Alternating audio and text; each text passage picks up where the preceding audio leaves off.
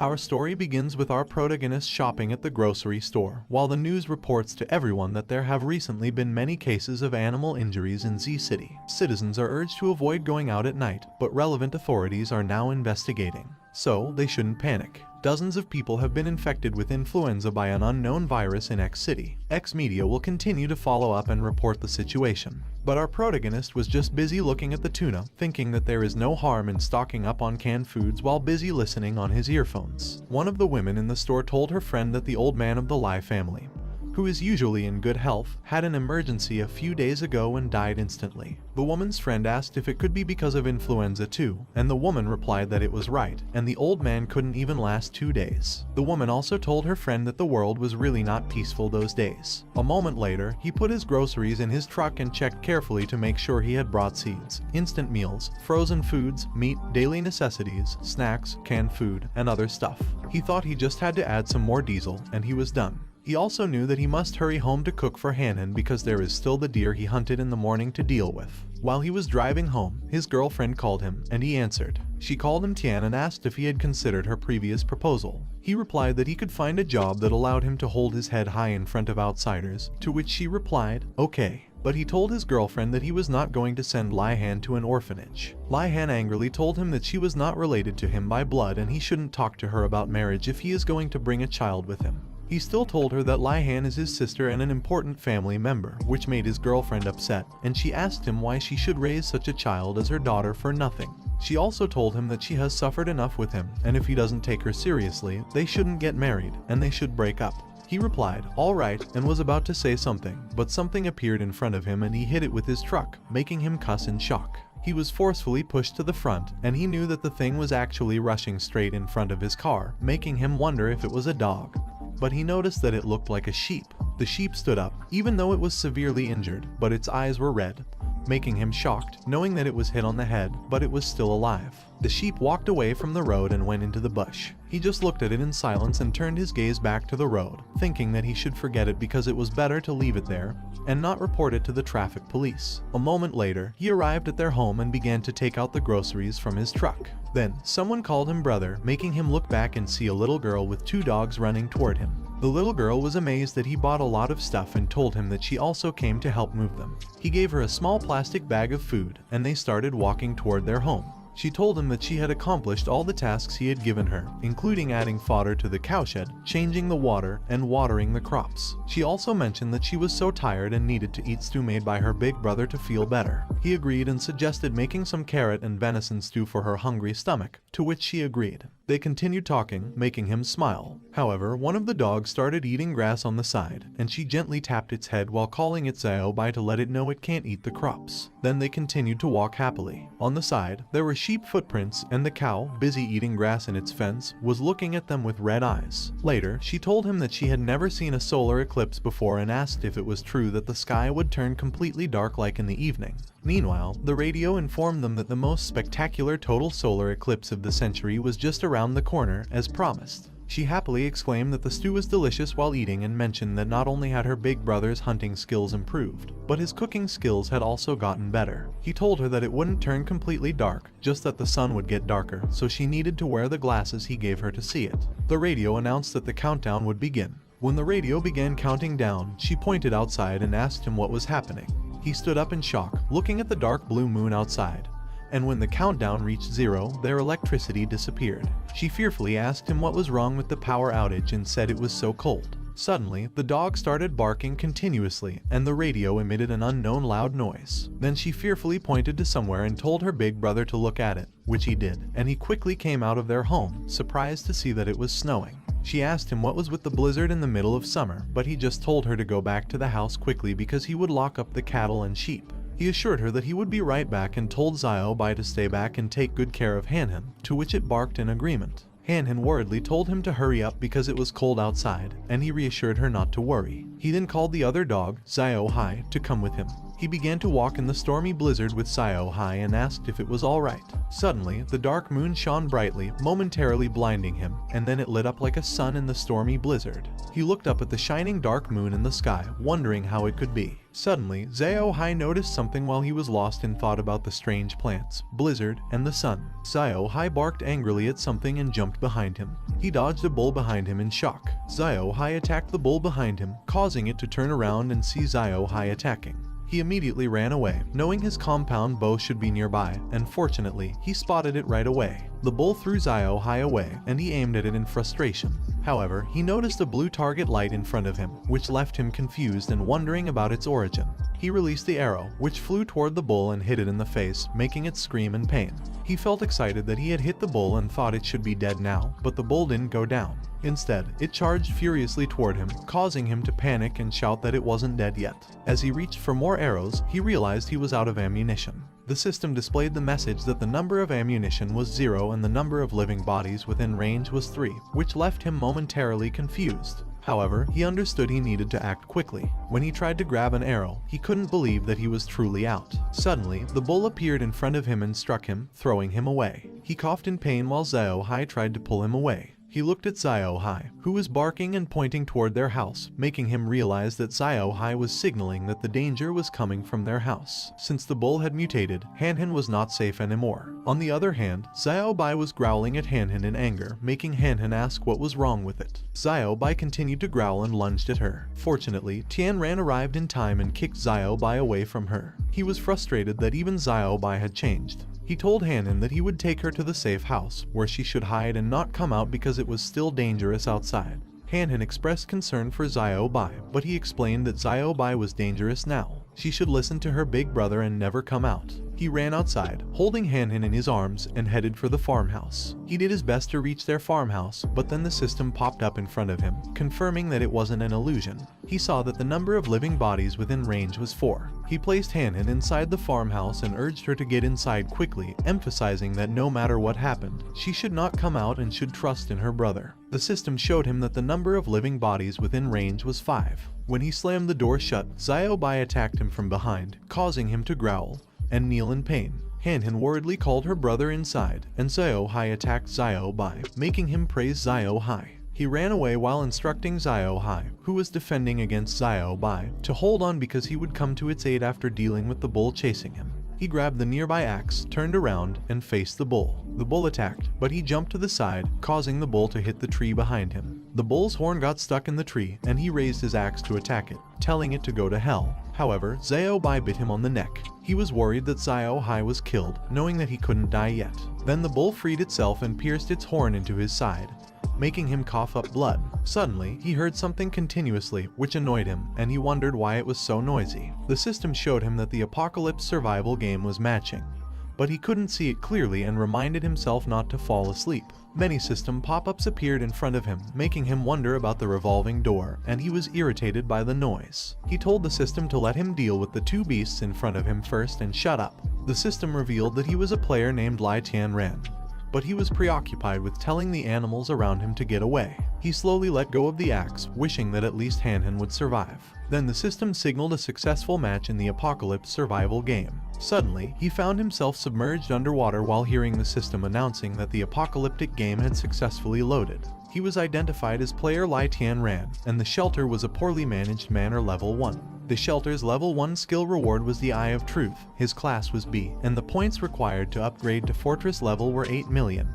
Then he saw a shining light, which made him wake up and return to reality, leaving him surprised that he was still alive. He immediately sat up, fully aware that he had been pierced by the bull's horn. He noticed that the torn clothes and bloodstains were still there, but all his wounds had disappeared, leaving him wondering about the mysterious circumstances and the whereabouts of the bull and Sayo Bai. As he recalled being pierced by the bull's horn and the pain he felt, he massaged his head. Looking to his side, he was shocked to see the bull cut in half, and on the other side, Sayo Bai lay motionless. He wondered what had happened after he lost consciousness because the injuries inflicted on the animals were beyond human capability. Suddenly, he remembered the sensation of being possessed by the system and felt an electrical surge through his body. The system indicated that his status had been activated, and he punched Sayo Bai, who had been biting his neck, sending it flying toward the wall. Then he grabbed the axe on the ground and attacked the bull with it. The bull screamed in pain, but he stared at it unconsciously while his own wounds slowly healed. He leaped toward the bull and swung his axe at it once again.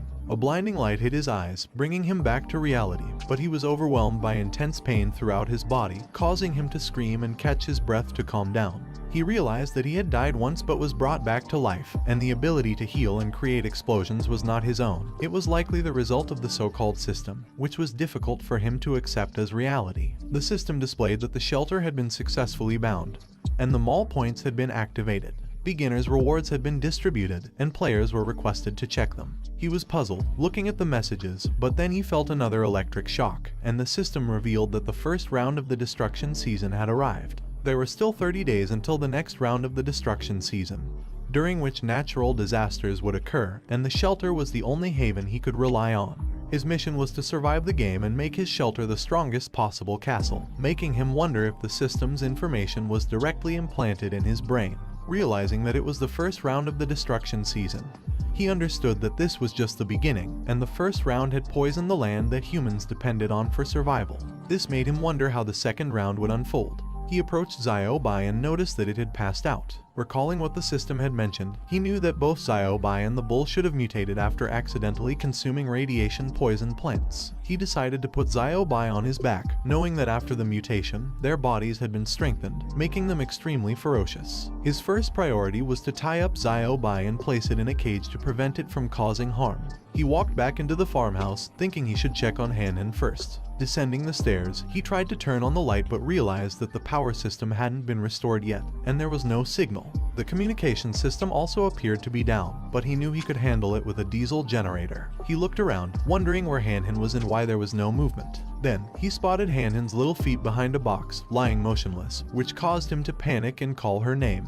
He hurriedly picked her up, asking her what was wrong. Fortunately, the system displayed that she was merely sleeping, which relieved him. When Hanhan woke up, she felt something holding her and saw that it was her big brother. He asked her why she hadn't spread out the mattress and instead slept directly on the floor. She replied that she was obedient and had been waiting for him downstairs, but then there was a big white light, and she couldn't remember anything. She asked if he was okay, and he assured her not to worry because everything had been resolved. She inquired about Xiaobai's whereabouts, and he explained that Xiaobai was injured, so they couldn't meet for the time being. He suggested she should stay there and sleep because he had some matters to attend to which she agreed. After putting Hanhan to sleep, he stood up and walked away. Moments later, he realized that there were no more mutant domestic animals around, which led him to wonder about the differences between the system and online games. He examined the beginner's bonus on the system, thinking it might include special weapons or skills, but it appeared to be insufficient, and he couldn't start the game until accumulating more points. He noticed a question mark on the system and clicked it, discovering that the common currency in this system was points. He also learned that the seed item could be planted in poisoned land,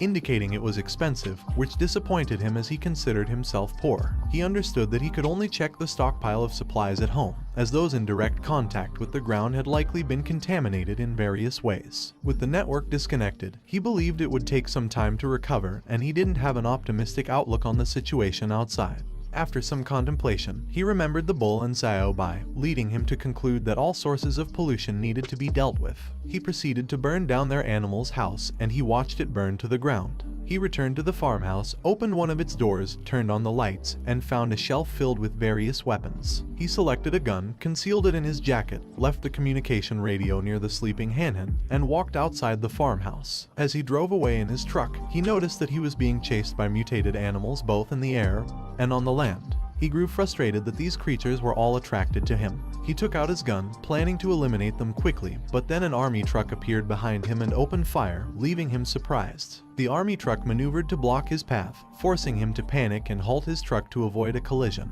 The army truck's turret turned to point a machine gun at him, intensifying the tension. The soldier pointed the machine gun at him, and he raised his hands in the air. The soldier then reported over the radio that the road surface alarm had been lifted. He noticed there were military forces stationed near the base, suggesting that there might be a riot in the city. He wondered about Zhonglin's situation. The soldier advised him that it was dangerous outside and he should avoid wandering around. He explained that he had left home because there were no supplies and asked the soldier to brief him on the current situation in the city. The soldier reported over the radio that Area B was under attack by mutant cats and urgently needed reinforcements. He was instructed to go to the designated government supply point for needed provisions, as the city was no longer safe. He acknowledged the instructions and followed the army truck. As he drove, he noticed a helicopter flying above them. He realized that even military aircraft were being deployed, indicating the severity of the mutant creature situation.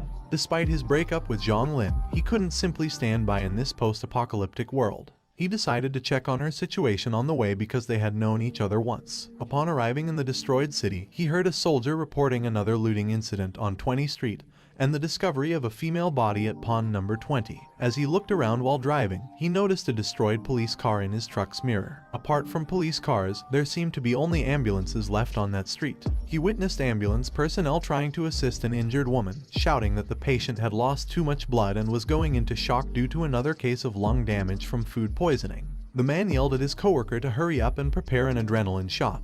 But his coworker expressed frustration, explaining that they had run out of cardiac stimulants due to the overwhelming number of patients. Suddenly, a glass shattered, and the woman begged her injured husband not to fall asleep. She cried, telling him they were almost at the hospital. However, the man resignedly told his wife to forget it because there were no available beds, and they couldn't even get through to the emergency hotline. Witnessing this, he realized that the healthcare system was also partially paralyzed and couldn't keep up with the effects of radiation from the plants. He clenched the steering wheel in frustration, wondering if he could successfully guide Han-Han through the challenges of the game. A moment later, at the designated emergency supplies site, a man took charge and directed the citizens, informing them that it was the government-designated emergency supply procurement location. He emphasized the need for everyone to willingly adhere to the rules, instructing them to form an orderly queue and avoid rushing. He also explained that each person had a purchase quota. Rice was priced at 160 per kilo, and vegetables were 280 per kilo. A police officer informed the crowd that each individual could buy 5 kilos of rice, 5 kilos of flour, and 1 kilo of vegetables by presenting a valid ID. However, the people waiting in line were furious with each other, and there were disputes over their positions in the line and the available food. On the side, a woman hugged her crying little girl who was desperately in need of food. The scene was chaotic, with people fighting for their place in line and for the available food, driven by their own selfishness. He knew that his ex-girlfriend's rented apartment was just around the corner to the left, so he drove there. However, a van suddenly pulled in front of him, taking him by surprise. He managed to maneuver his truck just in time. A man emerged from the van, looking around and holding something in his arm. The man knocked on his truck and inquired if he had come from the procurement site. He responded by asking the man what he wanted. The man pretended to recognize him and explained that he had seen him wandering around the market, desperately looking for food. The man then displayed a bag of vegetables and fruits, mentioning that he had watermelon, cucumber, pumpkin, tomatoes, and rice, and asked what he needed because he had it all. He examined the food and chuckled, teasing the man that if he dared to take a bite in front of him, he'd buy everything. The man retreated and inquired what he meant, expressing surprise that he didn't trust his friend. He asked if he could buy some of the vegetables from him, but he simply told the man to get out of his way. Still, the man shouted at him, asking why he spoke to him that way when he was a law-abiding citizen. He looked at the man irritably and pointed his gun at him, causing the man to panic. The man urged them to talk it out, emphasizing his compliance with the law. He sternly warned the man that if he caught him engaging in such heartless business, he wouldn't hesitate to use his gun, and no one would object. He then told the man to leave, which he did. The man stepped away, expressing his understanding, and put the food back in his van. He considered it a tough encounter and drove away as he passed. Later, he reached the destination he had in mind and exited his truck. He made his way to a partially destroyed apartment building and knocked on the door of his ex-girlfriend's apartment. However, there was no response. He reached for the spare key hidden under a rag, wondering if she wasn't at home. He used the key to open the door and called her name. To his surprise, he found the living room in disarray, which was unusual for her as she was typically a neat person. He surveyed the room and noticed contaminated fruits and medicine boxes on the table. He picked up a box of norfloxacin antibiotics, which treated various bacterial infections. He knew the local pharmaceutical company that produced it had a terrible reputation, making him wonder why she would buy from them. Examining the surroundings, he observed that there was no blood in the house, ruling out accidental poisoning. The apartment had been ransacked, yet it didn't fit her style. There were no signs of forced entry on the door, and everything seemed too deliberate. He wondered where she might have gone in this chaotic world. A few days later, he was at the farmhouse when the system displayed information about the city outskirts being a poorly managed manor. The shelter was rated as guesthouse grade, and the shelter's skill reward was the Eye of Truth. This skill allowed him to see all the information about objects and creatures displayed in front of him. Additionally, at level 1 shelter privileges, he had the remote control shelter, which meant he could always monitor the real-time status of the shelter and all items in the mall, and he could command it at any time.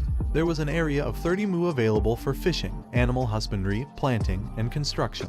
However, the profit and loss status was marked as a loss, and the greenhouse was in a dilapidated state. He realized that he needed to earn enough points to upgrade the farm items, and it shouldn't affect the development of the anti-radiation grade. He was busy digging the ground with a grape hoe when Hanhan excitedly called him over to show that the seeds had sprouted. He asked her to come and take a look, and she was amazed to see a tomato seedling. The time to maturity was 48 hours or 2 days, which made him happy because it meant the anti-radiation seeds worked as described by the system. The short maturity period was a good sign, and he believed that with more points, he and Hanhan could survive in the post-apocalyptic world. Hanhan mentioned that she had thought all the planted seeds had withered and she was worried they wouldn't have any food. She thanked him for obtaining the seeds and he assured her that her big brother always found a way.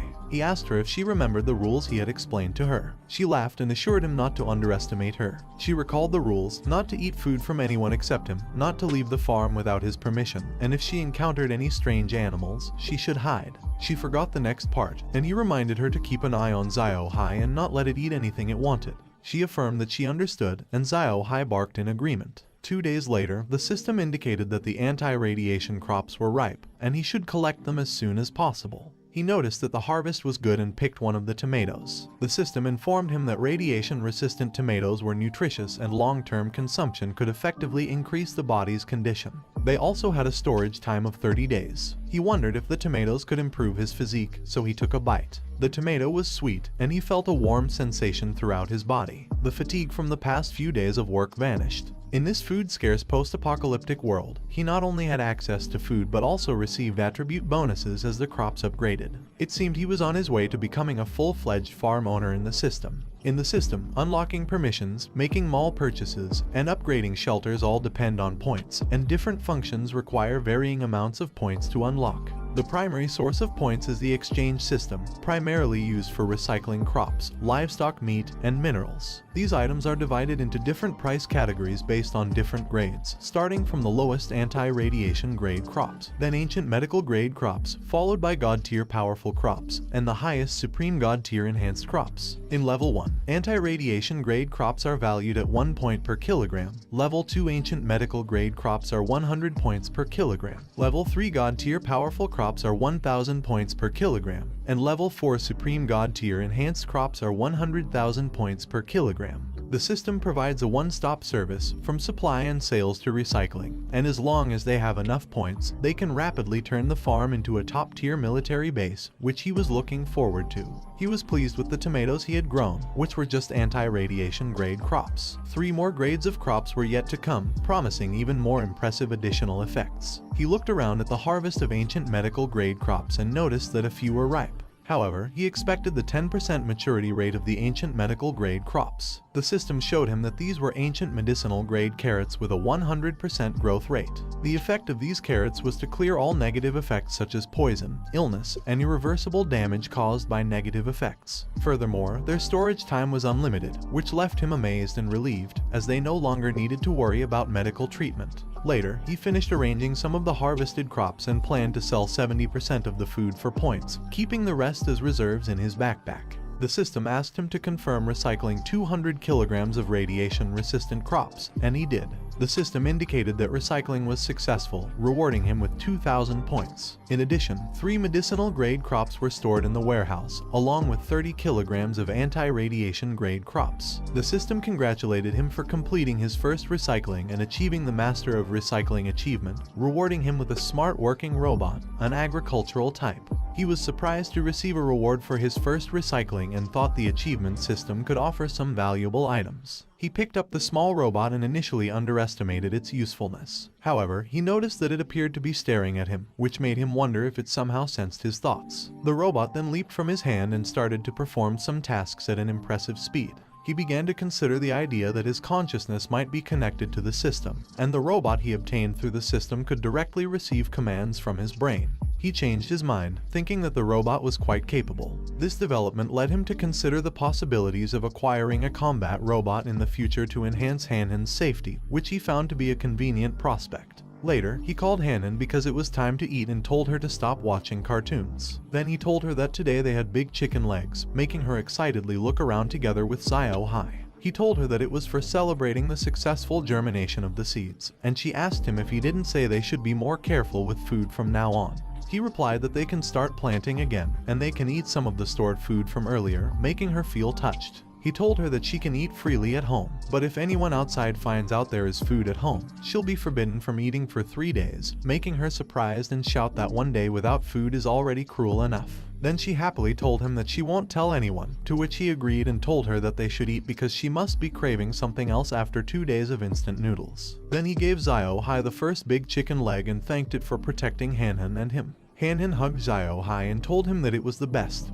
But then she felt sad and told him that she wondered if Xiao Bai was feeling better now. He was silent for a moment, then told her not to worry about Xiao Bai because it was just too injured right now and couldn't come to see her temporarily. But once Xiao Bai healed, he'd let it come out to play with him, to which she agreed. Then she told Han-Han to absolutely not go to the attic to disturb Xiao Bai's rest, to which she agreed. While behind the farm, Xiao Bai was aggressively growling. He was surprised when the system warned him that someone was trying to invade. He ordered the system to access the monitoring screen, and the system began to scan the invader's appearance. Then it showed him that the invader was male, 42 years old, unharmed, and the threat level is 3. He figured out who it was and wondered how his uncle Nan ended up there. He walks outside and asks the man named Nan if there is something wrong. Nan throws his cigar away while calling him young boss Lai and tells him that he has something to ask for help. He told him to speak, and Nan asked if he had any extra food on his farm because he really had no other choice. His house was robbed, so all the food he had stocked was gone, and the food sold in the market was too expensive. So, he shyly asks if he can lend him some food. He pitifully looks at Nan for a second and apologizes because he doesn't have much stock there either. The previous crops grown before were also destroyed in the mutation. Nan told him that it was alright, and he had also been to many relatives, and none of them had any extra food to lend him. Also, he was being shameless. He sighed and told Nan that he could give him some food, but not too much, and it was thanks for taking care of his family, making Nan light up and thanking him continuously. Then he gave Nan a bag of instant noodles and explained that it was the only one he could spare, so he should rest for a while and think of other ways. Nan agreed and thanked him again. He told Nan that he wished him good luck, but Nan told him that he wished good luck to them and walked away. He knew that the food he shared with Nan could only last his family 3 to 5 days. Although he was not short of food now, it was hard to predict how people would behave in the future, so he'd have to learn to hide his secrets. Also, he doesn't need all the regular vegetables stored in the freezer, so he planned to give them away quietly at night. Later, they were in his truck when Han-Han told him that she wanted to watch Little Magic Fairy at home. He told her that the farm hadn't been cleared of mutated animals yet, so he didn't feel comfortable leaving her alone at home. She asked him where they were going, and he replied that they were going to her grandfather Nan, who used to come to their house to help, to bring him some food. She told him that she remembered that very enthusiastic grandfather, and there was also that older brother who gave her candy all the time. He reminded her that he told her that she could only eat 1 candy at most a day, making her panicky, telling him that no one sneaked her candy, and she remembered it wrong. A moment later, they arrived at Nan's neighborhood, and he noticed that it was too quiet, not even a dog could be heard barking. He stopped his truck, thinking that they must have been afraid of their domestic animals mutating, so they got rid of them. He came out of the truck, and Han-Han also gave him her snack while he was busy tidying the food. Then, Nan shouted in panic, and Nan asked his son Xiao Tian what he had done yesterday, but Xiao Tian just coughed continuously, making him shocked. Then they saw Xiao Tian coughing out blood, making Nan cry for his son in worry, asking him if he wasn't better just now and why he was getting worse again. But Xiao Tian just vomited blood, making him wonder what happened to him. Han-Han worriedly asked him if her grandfather Nan's son was going to die because he vomited a lot of blood, and he whispered to her that it was okay, so she should stop looking.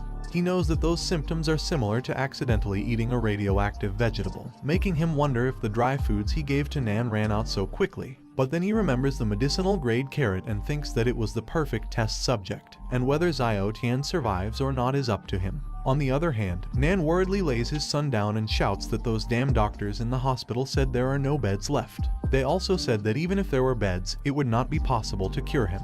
Xiao Tian grabs his neck in pain and cries, making Nan cryingly ask him what he should do. But Xiao Tian's eyes roll up while coughing continuously. Suddenly, something is thrown on their window and it lands on the bed. Nan furiously asks who the hell threw it and tells them to get out of there, but Xiao Tian manages to tell his father to wait a minute and points to the thing that landed on the bed.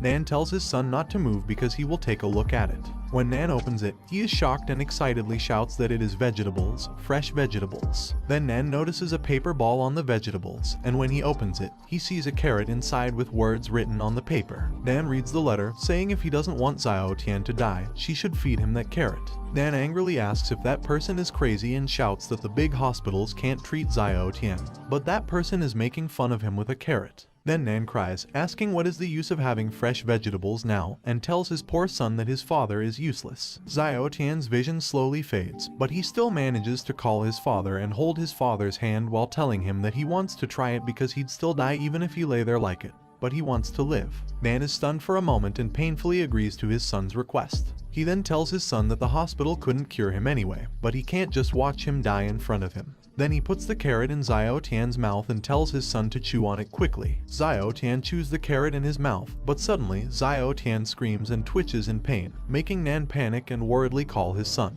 Then Xiao Tian vomits blood on the side of his bed and continues to vomit until his pale skin begins to color again. Nan notices it and happily cries while telling Xiao Tian that it is great. He smiles, hearing that Xiao Tian is getting better. Then the lamp outside slowly lights up until it completely has light. He notices that the power is back on, and the signal should be good, so he calls his girlfriend Zhang Lin. But the phone just continues ringing until the phone tells him that the number he dialed is currently unavailable, so he should try again later. Meanwhile, in the car, Lin's phone rang in her pocket, and the driver passenger was annoyed about it, asking whose phone was ringing. The man gets the phone and realizes that the signal is back, but the driver tells the man that it belongs to the woman in the back, so he better turn off her phone. The man asks the driver how much food they get after it was delivered, and the man replies that they wouldn't have to worry about food and drink for at least a few months, making the man laugh and tell the driver that working with his fat brother is really exciting. The man asks the driver what he thinks they want those people for, but the driver replies he doesn't care, and all they do is take the money and shut up.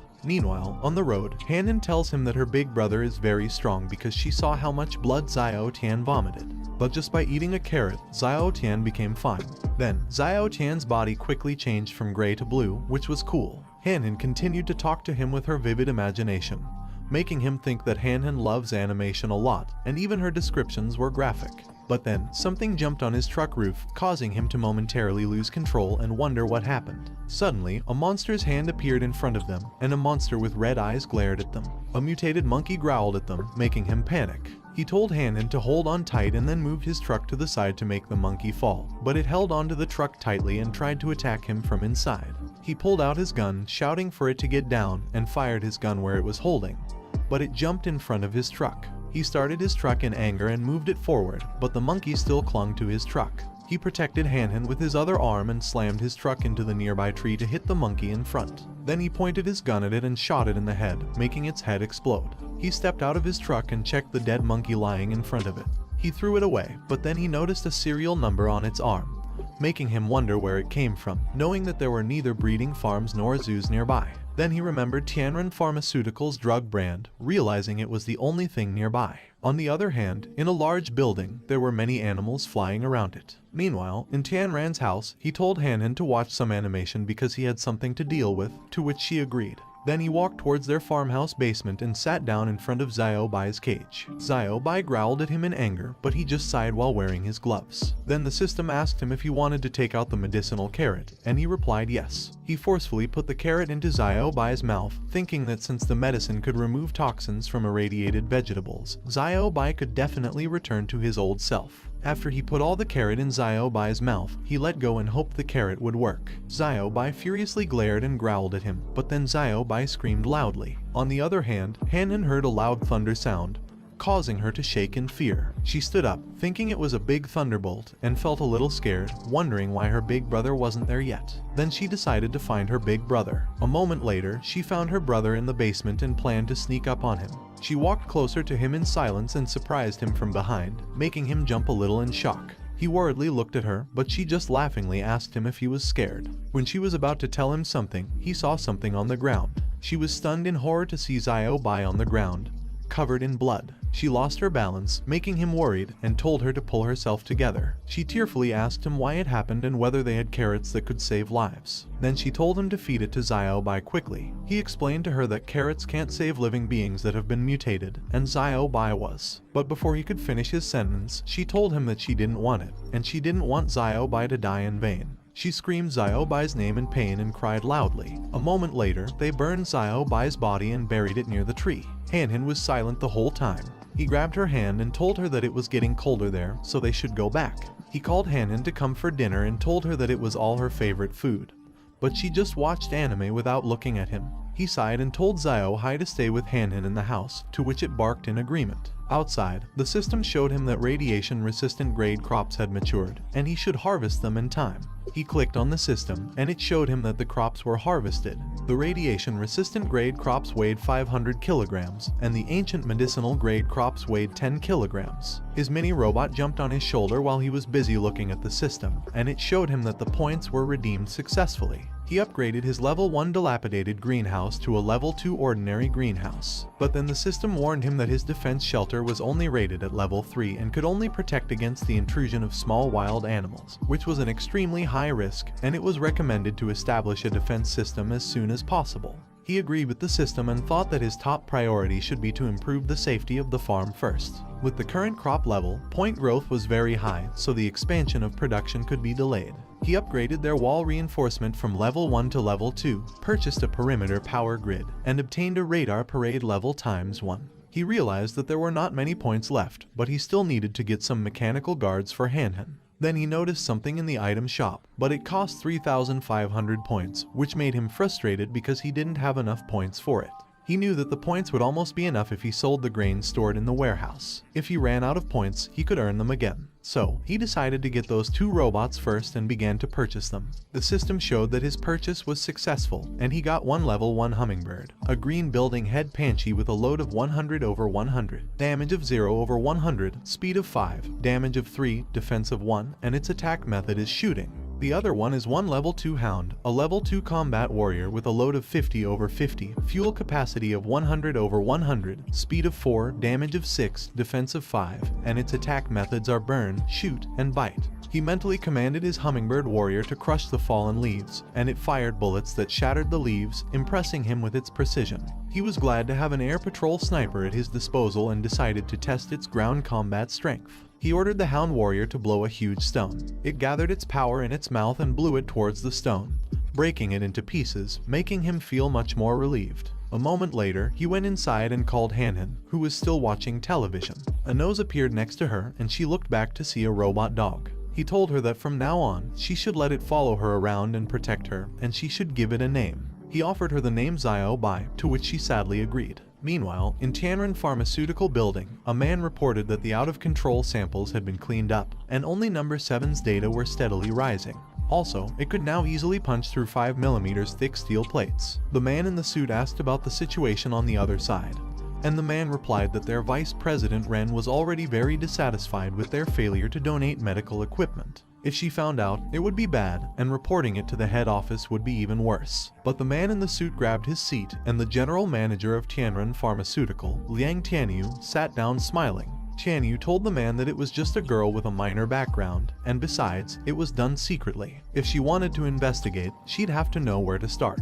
The man agreed with Tianyu but reminded him that the head office was watching. Tianyu ordered the man to instruct Chen Nan to keep an eye on Ren Xiao and not let her disrupt his business, to which the man agreed. After the man left, Tianyu turned around in his chair and smiled, thinking that maybe there would be a great treasure. A moment later, a lady asked the receptionist where Liang Tianyu was, and the receptionist apologized to her while calling her Vice President Ren. She told Ren that Tianyu was not in the company at the moment and that she was making things very difficult for them. However, Ren just slammed Tianyu's office door open and shouted at him, asking what was going on in his head. She told him that now that the entire southern region's medical system was paralyzed, as a medical company, he should lead his staff to actively cooperate with the hospital and donate equipment and medicines instead of being busy with animal experiments. He responded that it was the manager's office, and it was not appropriate for her to barge in like that. He also argued that as a businessman, his purpose was to profit from everything, and he didn't think that today's medical treatment could do anything about that worldwide disease. She was confused to hear it, but he told her that she was also a shareholder of the company and enjoyed her right to dividends. Then he asked her if she could imagine how rewarding it would be if they could develop a solution. She lit up and asked Tianyu if his research had made progress, mentioning that even the Yanwang federal government had not developed any effective drugs yet. She expressed her intention to visit his lab, and her pendant necklace made a sound. However, he told her he was just kidding and asked how they could develop a solution so quickly. He suggested that with more cooperation and manpower investment, progress would be faster. She told him she would go to the lab later to check on the progress, but she wanted to see it first before fully cooperating with the project. He welcomed her and arranged for a personal escort. She agreed to go, and he said he would see her out. Later, a man whispered to her that the technical team said her time in the office was too short, and they could only do a rough scan. He also mentioned that the entrance to the secret laboratory was likely not in the office. She became upset and called Tianyu an old fox. She then asked if they got a statement from the captured scientist, and the man replied no, as they were blindfolded every time they went in and out. However, they did obtain the key card, earning the man's praise. He gave her the key card, making her wonder where else it could be other than those places. She thought that the most dangerous place might be the safest and believed she knew where it was. Later, the director introduced himself as Tu Zai, in charge of accompanying and explaining everything to her. He would also show her around. She suggested they check on the progress of the experimental subjects first, to which Tu agreed and showed her the way. They arrived at the captured animal, and Tu explained that it was number 7, the only subject in the experimental batch that didn't go berserk, with its power increasing tenfold. While it wouldn't be as mindlessly bloodthirsty as a failure, it was still unstable with some aggressiveness. However, during their conversation, a man called the director in a panicked manner, and he whispered something to Tu, surprising him. While the two of them were busy whispering, she observed them with a smile. Tu apologized to her because of an emergency and said he couldn't continue to accompany her. He suggested that a colleague behind him could accompany her instead. She told Tu that it was alright since it was just a routine check, and she would walk around for a while and then leave. Tu was worried that it might go against the rules, but she reassured him that they were all under surveillance coverage and asked him what he was worried about. She encouraged Tu to go quickly and not to delay because it seemed important. Tu agreed and told her they would be watching out for her safety at all times. Then they both left. She clicked the device on her ear and told the man that it was time to take action, and the man agreed. The man clicked his computer to disable surveillance and told her that it was covered. She ordered the man to scan the place for their hideout, and the man instructed her to check the northeast corner, where there should be a hollow in the wall or something that could be pressed down.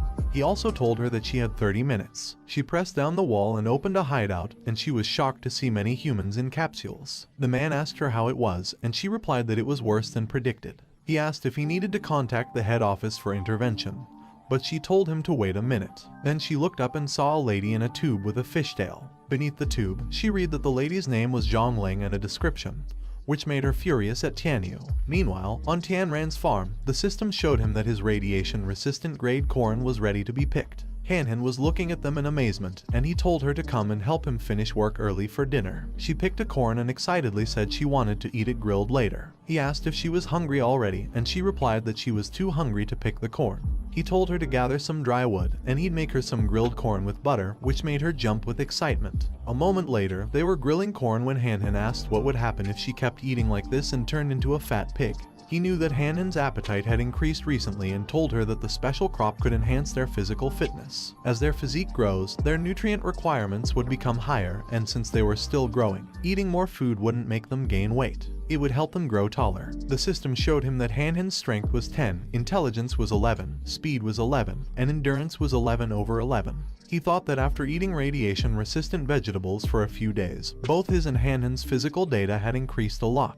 He wondered if Hanhan kept eating like this, she wouldn't turn into King Kong Barbie, and he worried about his lovely little sister. However, he was confused about what he was overthinking. She exclaimed that the grilled corn was so good, and he told her that he would make her a spicy one. He thought that with their shelter, even if Hanhan's appetite became comparable to Luffy's in the future, he could still afford it. But then the system showed him that a visitor was coming, making him wonder who was visiting him at such a time. He saw Xiao Tian in front of their gate, holding the food he gave him, and he wondered what Xiao Tian was doing. He walked toward the gate and asked Xiao Tian why he was there. Xiao Tian handed him the bag of food and explained that he had given some instant noodles to his family the other day, and his father said they should return the favor. Additionally, his family had just received some food, so he brought it to him. He replied, "Alright," knowing it was what he had given to their family, and he didn't think he had helped the wrong person. He asked Xiao Tian where he had obtained all that food, and Xiao Tian replied that he found it in their yard. It might have been sent quietly by a relative or some kind of person who snuck it in. Then Xiao Tian shyly mentioned that he just wanted to repay the favor and had something else to ask him if it was okay. He encouraged him to speak, and Xiao Tian explained that he had heard about a new grain shopping center opened on the outskirts of the southern side, with plenty of stock available. He wanted to borrow his truck to go buy some. He agreed and told Xiao Tian that he could borrow it. However, Xiao Tian informed him that he didn't have his driver's license and the shopping center was in a remote location. He asked if he could drive him there. Panicky, Xiao Tian assured him it wasn't too far away. He realized that Xiao Tian was not only borrowing the truck but also the driver. Xiao Tian also assured him that it wouldn't take too long and begged for his help. He had been stuck on the farm recently and had initially planned to visit the shopping center in a couple of days to inquire about the situation. However, since it was earlier than expected, he decided to drive Xiao Tian there along with him. With the mechanical guards at home, he felt relieved, even if Han was alone. Because, after all, with Xiao Bai's combat power, it would be able to take care of even a small group. He agreed to Xiao Tian's request and told him that they were old acquaintances. However, he emphasized the need to return before noon to cook for Han, to which Xiao Tian agreed and apologized for the trouble. He instructed Xiao Tian to wait for him as he would get the truck ready, and Xiao Tian agreed. A moment later, he told Han to stay at home and not open the door if anyone calls. He assured her he'd be back soon. She told him not to worry because Da Bai, which means big in Chinese, is awesome. She was referring to Xiao Bai, the robot dog. He asked her how it became Da Bai, and she explained it was because it's an upgraded version, and she had tested it, watching it blow up big rocks with a bam bam. He told her that she could only use Da Bai in case of emergencies in the future, as it could be very dangerous otherwise. She agreed and told him that she wouldn't blow up rocks anymore, which made him silent for a moment. He patted her head and assured her that he and her brother Xiao Tian would go to the shopping center and come back with candy for her. She asked if Xiao Tian was there because she wanted to say hello, but he asked her why she wanted to do that and reminded her that she couldn't reveal Da Bai in front of outsiders. He pinched her cheek, and she assured him she understood because she was already 6 years old and not a child anymore. She added that except for her big brother, no one talks to her at home, which makes her feel suffocated. Then they drove out of the farm with the truck window down, and Han excitedly looked at Xiao Tian. When she was about to say something to him, Tian Ran put his hand on her head and pulled her hair while telling her to get out of the car and let Xiao Tian in so they could leave early and he could be back in time to cook for her. They drove away, leaving Han furiously calling him a stinky big brother and shouting that she hadn't even finished saying hello. But then she walked back, thinking to forget it and watch cartoons. On the other hand, Tian Ran and Xiao Tian were busy driving away. He thought Han was a bit impulsive, but he knew she had a big mouth. The road was silent for a moment, and then Xiao Tian asked if it was okay for Han to be at home alone because the world was very chaotic now, and he was afraid that if some bad guys targeted the farm, Han would be in danger. Tian Ran asked Xiao Bai, "Who's gonna look at my little shabby farm with no money or food?" Xiao Tian asked if he hadn't left some self-defense tools for Han, and he explained that Han was only 6 years old. Even if she had a self-defense weapon, she wouldn't know how to use it. He was confident that there was no safer place than their farm at the moment. He assured Xiao Tian that he had electrified the farm gate, so no one could break in, and he shouldn't worry. Xiao Tian replied that it was a relief, and then he grabbed his phone from his pocket and texted someone. Tian Ran peeked to see what he was doing, and Xiao Tian noticed him. Xiao Tian put his phone back in his pocket and explained that he was afraid he didn't have enough money, so he'd borrow some from his friends. Tian Ran remained silent. Meanwhile, on their farm, Han was excitedly shouting Rainbow Warrior Attack and Lemon Yellow Super Evolution Golden Yellow with Xiao Hai. She shouted that her brother Xiao Tian could also change his color and grabbed Xiao Hai's face, wondering if he could be a member of the Rainbow Warriors like her brother. This made Xiao Hai confused. She shouted that last time she and her big brother saw Xiao Tian as green, and this time he was red, which she thought was a lot of fun. Meanwhile, on the road, he handed Xiao Tian some money and told him to take it. Xiao Tian seemed confused, and he explained that he didn't have much money either, so Xiao Tian could take it for now. Xiao Tian panically replied no and said he had already received a lot of help from him, so he didn't know if he could accept more money.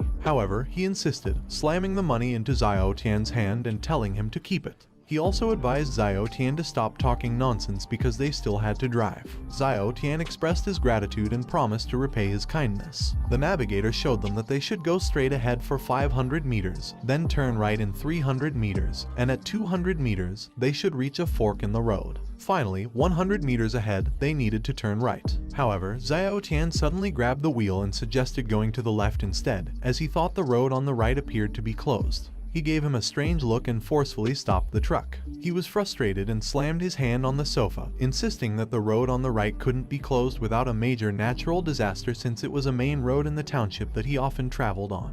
He asked Xiao Tian where he had heard the news. Xiao Tian explained that a friend had told him, but he demanded to know which friend he was referring to and urged him to call that friend so he could hear it directly. Xiao Tian, grabbing his coat, begged him to trust him just this once and assured him that he wouldn't harm him.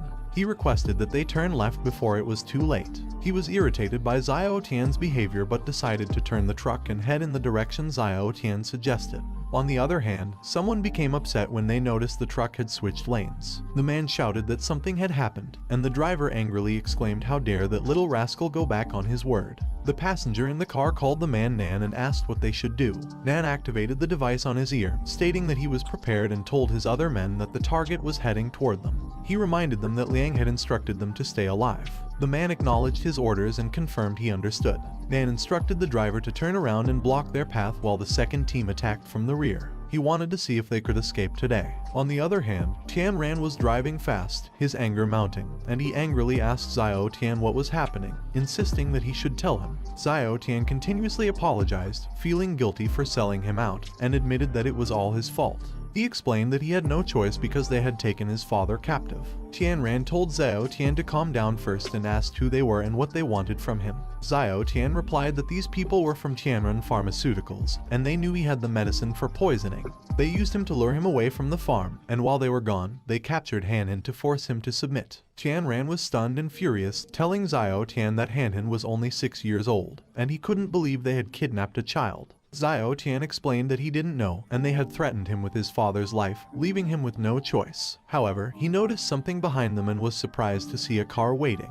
He sped up, and a panicked Xiao Tian shouted that they had already caught up with them. Tian Ran told Xiao Tian to be quiet, then angrily questioned if all the information he had provided was just a test to determine whether the farm was protected, and whether he was in contact with those people. Even when he was playing on his phone earlier, he was communicating with them. Xiao Tian apologized and implored Tian Ran to hand over the medicine because there were too many of them, and they wouldn't be able to escape. Tian Ran expressed his deep disappointment in Xiao Tian, insisting that he didn't want to kill him, but he couldn't believe what he had done to Han-Han. Xiao Tian tearfully apologized and said he regretted his actions, but with his father in danger, there was no turning back. He emphasized that they were about to be caught, so he should give them the medicine.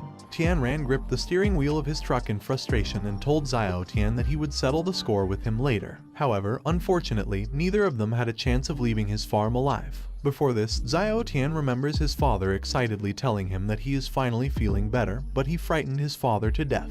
He told his father that he couldn't believe he had actually survived, and his father asked him what he had eaten that made him feel better. He replied that he was so hungry he couldn't stand it anymore, and then he found an apple in the cellar that didn't seem to be contaminated. His father told him that he was really that desperate, but asked him how he dared to eat anything from the cellar when he knew they all touched the ground. He told his father that they had been eating nothing but thin porridge for several days, so he wanted to take a chance. Otherwise, he would starve to death sooner or later. However, his father just scolded him and told him to stop talking nonsense because he had borrowed some food, and they had also received a shipment of food. Furthermore, there was a magical potion that saved his life, and it must be a gift from the gods because they couldn't bear to see him suffer so much. There were many people who had died from accidentally eating poisonous vegetables, but he was the only one who survived. So, they must visit their ancestors' graves later to thank them for their blessings. But he thought that if there really was a god, he shouldn't allow such disasters to happen in the world, and the potion was given to them by someone who didn't want their identity revealed.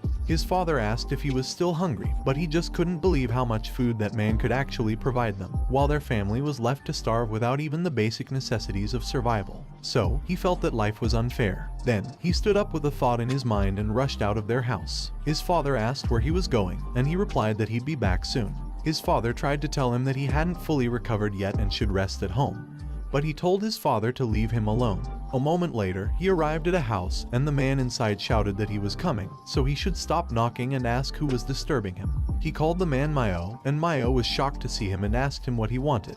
He looked down and saw himself covered in blood, so he explained to Mayo that their home was robbed, and he just wanted to check the surveillance video of their house. Mayo asked him what he was talking about and pointed to the device on the roof. He explained that it was the one, and he remembered its 360-degree wireless monitoring. Mayo agreed, and he asked Mayo to lend it to him to see how badly he was beaten by the thief. Mayo told him to hurry up because it was his bedtime. He started to review the footage, knowing that the camera had a perfect view of his alleyway while Mayo was sleeping beside him. He looked at the screen, wondering who it was, and he was surprised to see the license plate on the truck near his house. Afterward, he returned home, and his father asked him what he had been up to. He told his father that he figured out who saved his life. His father inquired, asking him who it was. He replied that it was their young boss, Lai. He had checked the CCTV and found that the times when the truck arrived and departed matched the time of his rescue. His father exclaimed that their young boss Lai was indeed a kind person, providing them with food and saving their lives. But he hesitated for a moment and then asked his father if he had heard the news that Tianren Group was offering a generous reward to those who find a cure. His father called him a troublemaker and asked him what he was trying to accomplish. He explained that he was simply trying to make life a bit easier for both of them in this harsh world. He asked his father how long the little food they had left would last and what they would do when it ran out. This surprised his father, but he continued by questioning whether his father expected their boss, young Lai, to keep providing them with food. In response, his father slapped him hard, accusing him of wanting to repay Tianren's kindness with ingratitude. He threatened to break his legs if he dared to leave. However, he asked his father if he didn't understand their current situation and told him that if they wanted to survive, they could only rely on themselves, and he was just doing what he had to do to stay alive. Back on the road, Tianren was frustrated because the enemy was closely following him, and he couldn't shake them off. 2 more cars blocked his path, so he forcefully stopped his truck to avoid hitting the cars in front of him. Men emerged from their cars, and the other car behind him blocked his way out. He got out of the car holding Xiao Tian. The man teasingly asked if he was Lai Tianren and introduced himself as Chen Nan, affiliated with Tianren Pharmaceutical Company. He explained that they used this special method to meet him but had no hidden agenda. They knew he had the cure for the poisoning pandemic and wanted to discuss cooperation. They proposed that if he provided the cure, they would join forces and make money together, which would result in substantial profits. He asked Chen Nan what would happen if he refused, and Chen Nan replied that there were only 2 options now. The first was that he voluntarily cooperated with them, leading to a happy outcome where they could all make money with a smile on their faces. He inquired about the second option, and Chen Nan stated that they could obtain the cure for themselves and could always make him talk. He explained to Chen Nan that he had obtained the cure for the poisoning epidemic purely by chance, and there was only 1 dose. He had already used it on Xiao Tian, and he apologized to Chen Nan for them having made the journey for nothing. He noticed that the people with Chen Nan didn't have guns, and Xiao Tian was already useless to them. If they had guns, they could have simply injured him without the need for further discussion. Chen Nan took out his phone and told him that it seemed he wouldn't be moved even if he saw his own demise. Chen Nan then called his men, asking if they were at the farm gate, and ordered them to enter and apprehend the little girl, then feed her the poisonous fruits. Chen Nan playfully asked him what the point was of electrifying his broken fence when their men were experts in insulation protection. He advised him that if he intended to go against Tianren Company, he needed to understand his own value and cooperate willingly to make money together. However, Chen Nan was taken aback when he emitted a powerful light and seriously conveyed his hatred for threats, making Chen Nan wonder how such a humble farmer could possess such terrifying eyes. He cautioned them that they should be thankful they hadn't invaded the farm because with him around, they could extend their lives, at least for a little while. Chen Nan told him to stop talking and to cooperate so the little girl would survive. Chen Nan believed that there were many of them, so they shouldn't fear him, but he simply stared at them. This led Chen Nan to conclude that he wouldn't cooperate. Chen Nan then ordered his men to sever his limbs and leave him alive. Meanwhile, on the farm, the men in suits were outside the property, using an excavator to destroy the wall. This noise made Han Han really mad, and she shouted that it was so loud she couldn't enjoy her cartoon in peace. She wished she could blow the heads off those bad guys. Meanwhile, on the road, Tianren was engaged in a battle with the men, and one by one, the men were being thrown back towards Chen Nan. Chen Nan looked back in surprise and noticed that the man had a flat stomach, leaving him wondering what was going on. He recalled that anti-personnel weapons were supposed to be found only on the farm, so his plan was to lure that guy out of his farm. Meanwhile, a man near the farm was looking through binoculars and noticed something was amiss at the farm. Rocks were being blown apart, and while it was a considerable distance, his best guess was that it involved explosive weaponry. Back on the road, Tian Ran attacked the men surrounding him. Chen Nan couldn't believe how powerful the farmer was. Tian Ran hadn't expected that the physical enhancements from the radiation-resistant crops would be so formidable. In just a few days of consuming those anti-radiation crops, his physical attributes had improved significantly. It wasn't just his strength and speed, even his bone density and reflexes had seen remarkable progress. He knew that in ancient times, there was a way to achieve mastery through the use of a sword, so Tian Ran was seemingly achieving mastery through his fists. Tian Ran decided to create some distance, believing he had tested his physical capabilities enough. He then pulled a gun from his jacket and aimed it at the men, taking them by surprise. Chen Nan realized he had been careless, assuming he wouldn't need firearms. He was surprised to see that Tian Ran had a gun too. Chen Nan warned him that he shouldn't mess with the influential figure backing him and should consider the consequences if he laid a hand on him. He believed that as long as he could get close to Tian Ran, the gun would be nothing more than a piece of scrap metal. He told Chen Nan that he was right and proceeded to shoot the men, informing Chen Nan that he was still somewhat useful. However, there was no need to spare the others. Chen Nan fell to the ground, bullets whizzing by, and he was hit near the ears, causing him to shout in pain while the other men were shot and killed. Chen Nan quickly fled, thinking he should hide in the woods and wait until Tian Ran ran out of bullets. Tian Ran tried to follow Chen Nan while firing at him, but Chen Nan managed to find cover behind a nearby rock. Chen Nan believed that Tian Ran had stopped and thought that Tian Ran must have run out of bullets, which he considered a good thing. He planned to hide for a while and then surprise attack Tian Ran, thinking he still had a chance of winning. Unbeknownst to Chen Nan, Tian Ran was actually above him, examining the system with a smile. He opened his inventory to retrieve his pistol from the warehouse and reloaded it. Chen Nan heard the sound of the reload and looked back, asking why he still had a bullet. He questioned if Tian Ran was a martial artist, but Tian Ran simply shot Chen Nan. Meanwhile, on the farm, the robot bird shot the men outside. The system informed Han Han that, following her instructions, the last intruder's head had been blown off and asked for her next instruction. Han Han worried that her big brother would be upset if he found out what she had done and might not like her anymore. She shook her head, determined to get rid of the evidence outside the door before her big brother returned. Meanwhile, on the road, Chen Nan was bleeding and injured. He admitted to Tian Ran that he had made a mistake by using the child to threaten him and begged him to stop tormenting him. He assured Tian Ran that he had revealed everything. Tian Ran offered him two choices, a quick and painless death or a glimmer of hope. He could cure him and continue. Since he had plenty of bullets and time, it was up to Chen Nan to decide. Chen Nan asked him to ask his questions, and Tian Ran inquired about the identity of the person behind him. Chen Nan replied that it was Liang Tianyu, the CEO of Tianrun. Tian Ran wiped the blood from his face, realizing that it was the person who had inflated drug prices, which explained Tianyu's ruthlessness. He then asked if there were others involved besides Liang Tianyu, and Chen Nan said that Tianyu was solely responsible for the matter and had kept it well hidden. Even high-ranking executives within the company were unaware of it. Tianyu had been having disagreements with the vice presidents in the company recently, and he planned to use the issue to increase his authority. He wanted to impress the headquarters and push the other vice president out of the southern city branch. Tian Ran realized that Tianrun Pharmaceutical, the company monopolizing southern city, was just a subsidiary of a larger group. He slapped Chen Nan, urging him to wake up and asking if Tianyu had reported the matter to the headquarters. Chen Nan replied that Tianyu hadn't because the other vice president had connections at the headquarters, and Tianyu didn't dare escalate the issue to them. Leaking information to that vice president would ruin Tianyu's plans. He knew that the news hadn't spread widely yet, so solving the matter wouldn't be too difficult. He then told Chen Nan that he needed one last thing and ordered Xiao Tian to take him to see Liang Tianyu. Later, in the office, the phone on the desk rang, and Tianyu answered it. He asked the person, Chen Nan, on the other line if the mission was complete. Chen Nan replied in the affirmative, explaining that they had the target under control, but the target insisted on seeing him and an old man before revealing anything.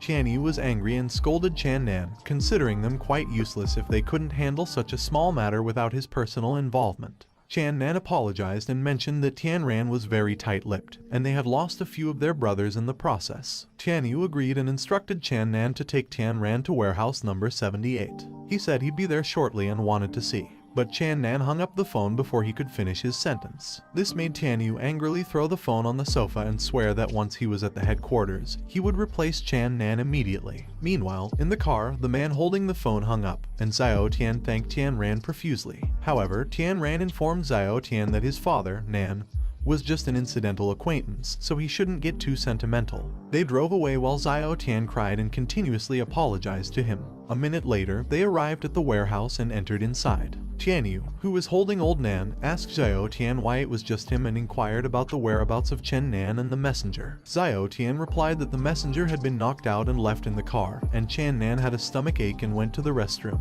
He further explained that Chen Nan was concerned Tianyu might grow impatient, so he asked Xiao Tian to bring him over first, with Chen Nan dressed in civilian clothes. Tianyu looked at the injured Chen Nan, mistaking him for Tian Ran, and laughed. He called on Tian Ran to speak up and implied that he hadn't struck hard enough. He mentioned that the old man was there, and if Tian Ran talked, he'd set him free. However, Old Nan was crying and tried to tell Tian Ran not to speak, as Tianyu wouldn't allow any of them to leave there alive. Tianyu became angry and kicked the old man to the ground, shouting at him to be honest, which left Xiao Tian shaking with anger. Tianyu asked Xiao Tian why he was staring and ordered him to bring Tian Ran over while the men continued to kick Old Nan. Suddenly, someone stepped on Tianyu's face and forcefully slammed him to the ground, surprising his men. Tian Ran pointed a gun at Tianyu's face and mentioned the difficulty of climbing the wall. The men worriedly called their boss, but he told them not to move, and Tianyu ordered them to stay back. Tianyu asked how this person had arrived, where Chen Nan was, and whether Chen Nan had betrayed him.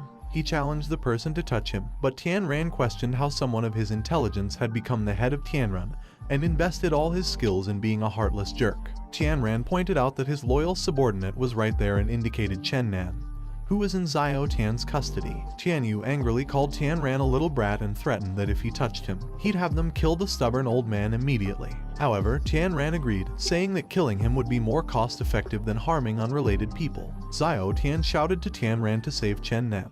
Tianyu then ordered his men to kill Old Nan, and he put his finger on the gun trigger. However, Tian Ran suddenly shot the men near Old Nan, leaving Tianyu asking his dying men if they were stupid. Tian Ran shot Tianyu in the head, killing Tianyu instantly. A moment later, Old Nan thanked him for not holding him accountable for the foolish actions of his useless son and told him that he knew those apologies were futile, but he was still grateful to him. Meanwhile, Xian Tian was apologizing to him. He told Old Nan that he didn't support the guilt by association concept and hadn't done anything to harm him. However, Old Nan told him that he was also at fault as a father for not stopping Xiao Tian, making him guilty too. Tian Ran assured Xiao Tian that he didn't need to keep apologizing and advised him to let go of the idea because he didn't deserve forgiveness. He also assured Xiao Tian that he wouldn't harm him because it was unnecessary. As for what would happen next, but Xiao Tian interrupted him by swearing that they knew nothing about it and could trust them. He then asked how he planned to handle the situation there. He ordered Xiao Tian to gather the bodies together, to which Xiao Tian immediately agreed. He told them that he would bring the car in, prompting Old Nan to ask him what he was going to do. He responded by asking Old Nan what else they could do and answered that obviously, it was to eliminate all traces. Xiao Tian piled up the dead bodies and asked his father if Tian Ran was planning to burn the bodies. Old Nan, who was walking toward Chen Nan, replied that he thought so and that it was not easy to be exposed in the middle of nowhere. Old Nan dragged Chen Nan, but then Chen Nan grabbed a piece of broken glass and attempted to stab Old Nan. Fortunately, he dodged it in time, and it struck his knee instead. Chen Nan teased Old Nan that he managed to dodge it, and Xiao Tian, who overheard them, immediately looked back in concern. Chen Nan raised the piece of glass while shouting that he was on a dead-end road anyway, so pulling someone down with him before he died wasn't a bad deal. Then, he swung the piece of glass toward Old Nan, but Xiao Tian jumped in front of his father in time and got pierced in the chest instead. Old Nan was stunned in shock, and he screamed in agony for his son. Simultaneously, a truck struck Chen Nan. Tian Ran pinned Chen Nan to the wall with his truck and immediately came out to walk toward Old Nan, who was screaming in worry. Xiao Tian called out to him and confessed that his father was right, that he was a useless person and couldn't be a good person, but he didn't dare to be a bad one. He blamed himself for putting his father in such a dangerous situation due to his own selfish desires. He believed he deserved it and was willing to give his life back to his father. Xiao Tian also asked him to thank Han Han on his behalf while giving him something. He looked at the candy and wondered if the candies and the food that night were from Han Han because they seemed like something a child would enjoy. Xiao Tian closed his eyes and whispered, asking him to thank Han Han once again because the candy was sweet. As Xiao Tian remained still, Old Nan wept in agony, but then he rose to his feet, holding the piece of glass that had pierced Xiao Tian's chest, and walked toward Chen Nan. With determination, Old Nan raised the glass shard and repeatedly struck Chen Nan with it. Following this brutal act, they set fire to the entire abandoned building. bodies included. Later, on the balcony, someone frantically called Ren Xiao and informed her of a major development. She inquired about the situation, urging the caller not to panic and to explain slowly. However, the caller shouted that they had discovered information about Liang Tianyu, revealing that Tianyu was dead. Ren Xiao was so shocked that she spilled her coffee. Subsequently, she rushed to the investigation room and asked the examiner if they had confirmed his identity. The examiner affirmed that, despite the heavily charred state of the body, they had managed to extract DNA from the dental pulp. He confirmed that the bodies were indeed Liang Tianyu and Chen Nan. However, they couldn't find data for the other bodies in the genetic database, and no one had been reported missing. Due to a shortage of police resources, they couldn't conduct further investigations to confirm the identities of the deceased. Ren Xiao stated that the identities didn't matter and asked if it was a murder or an accident. The examiner explained that it was a murder because several of the victims had bullet fragments inside their bodies, and the fire seemed to have been deliberately set using a car. Some of the bodies also displayed signs of torture before death. Ren Xiao speculated that someone had offended a ruthless character, but she wasn't sure if they were targeting Liang Tianyu personally or if they were targeting Tianren Corporation. She realized that if it was the former, she would celebrate with 2 bottles of red wine. But if it was the latter, they would be her enemies. Meanwhile, on the farm, he purchased a remote detonation device and asked Old Nan if he was sure he wanted revenge. Old Nan replied with a resolute yes, even if it cost him his life. He placed the device on Old Nan's nap while explaining that he had taken care of any traces that could be dealt with. However, he couldn't guarantee that Tianren wouldn't find any clues pointing to him. This was a reminder not to let what happened to Xiao Tian occur again. Old Nan agreed and reassured him that he wouldn't allow it to explode, so he shouldn't worry. They then entered the farm, and he called Hanhan, who was busy doing something. He asked Hanhan what she was doing while Old Nan, who was at his side, couldn't believe that they had a robot dog inside the excavator and many hands and feet. He also noticed that even a little girl like Hanhan wasn't scared, which made him think he might have gone crazy. Hanhan panically replied that she was just playing a digging game and hadn't blown anything up. He told her that he had witnessed everything and asked her why she was lying. Hanhan replied that she was afraid her big brother would hate her for being a violent child and wondered if he didn't want her anymore. He assured her that it was nonsense and asked her how her big brother could not want her. She then confessed that she had caused someone's death, leaving Old Nan surprised and wondering if that was the reason. He reassured her that no matter what mistakes she made, he would be by her side to bear them together. He emphasized that she was his most important family member. Then, he gently held Hanan's face and told her that he was happy to see that she knew how to protect herself. She should just be herself, and he would guide her so that she wouldn't be burdened. He also praised her for dealing with those bad guys with evil intentions. He told her that if they didn't harm others, they couldn't prevent them from harming them. She proudly declared that she would protect her big brother from anyone who dared to bully him, even if it meant blowing their heads off. He laughingly agreed, saying he would do the same, making Old Nan realize that the world was changing rapidly, and he needed to adapt to it. A moment later, he asked Hanhan if she meant that she saw those people with a red color, and that's why she wanted to harm them. She nodded and explained that they had even knocked down the gate and interrupted her while watching cartoons. She also mentioned that she didn't like that particular color because it looked very unsettling. He inquired if others also had colors besides those people, and Hanhan confirmed that they did. She described her brother's color as relaxing blue, Xiao Hai's as approachable green, and Xiao Tian's as red. Old Nan's color, she said, was gray with some green, and there were also passersby she had seen before who were gray. He realized that people emitting the red color had something in common. They all harbored ill intentions toward Hanhan. Panicking, he asked Hanhan if she saw anything else around people, like words or numbers, besides the different colors. He guessed that Hanhan might also be a player. She replied that she didn't see anything like that, and he asked when she started seeing colors on people. She said it began about a week ago, making him realize that Hanhan's ability only emerged after the start of the destruction season. However, Hanhan didn't see the system, so she was definitely not a player. Most likely, her abilities evolved after consuming radiation-resistant vegetables. While he was pinching Hanhan's cheek, she became silent, as she knew her brother did it whenever he thought about a problem. She told him that his smile was quite scary, and he explained that he was very happy. He also knew that the crops redeemed by the food system didn't have the same side effects as the radiation-contaminated crops out there. Instead, the probability of mutation was higher. Both he and Hanhan had only been consuming radiation-resistant food for a few days, and their physical functions had significantly improved. Hanhan had evolved the ability to sense other people's emotions, which was like a proximity program and essentially a humanoid reconnaissance device. As he continued to pinch her cheek, Hanhan felt pain, thinking her cheeks were going to swell. He explained that his digital ability was called the Eye of Truth, and Hanhan's ability was called the Eye of Good and Evil. He praised her for having such a useful ability and assured her that she would be able to help in the future. He instructed her that if she ever saw someone with the red color in the future, she should immediately inform him because she would be his strongest assistant. He patted her, making her feel proud, and then asked if she was hungry. She excitedly replied, yes. A moment later, the food was ready, and as they sat at the table, he told Hanhan that Old Nan would live with them from now on and could also help with farm work. Old Nan mentioned that he didn't know much about the situation yet but would do whatever they said. Hanhan exclaimed that it was great because she'd have more time to watch cartoons and inquired about where Old Nan would live. Old Nan replied that he would build a thatched hut at the gate to live in and keep an eye on it. She asked Old Nan about her brother, Xiao Tian, and when he would live with them. Old Nan broke down in sadness but managed to tell her that Xiao Tian had gone to another world to atone for his sins. Hanhan cheerfully exclaimed that those glowing red and wanting to bully her big brother wouldn't live long.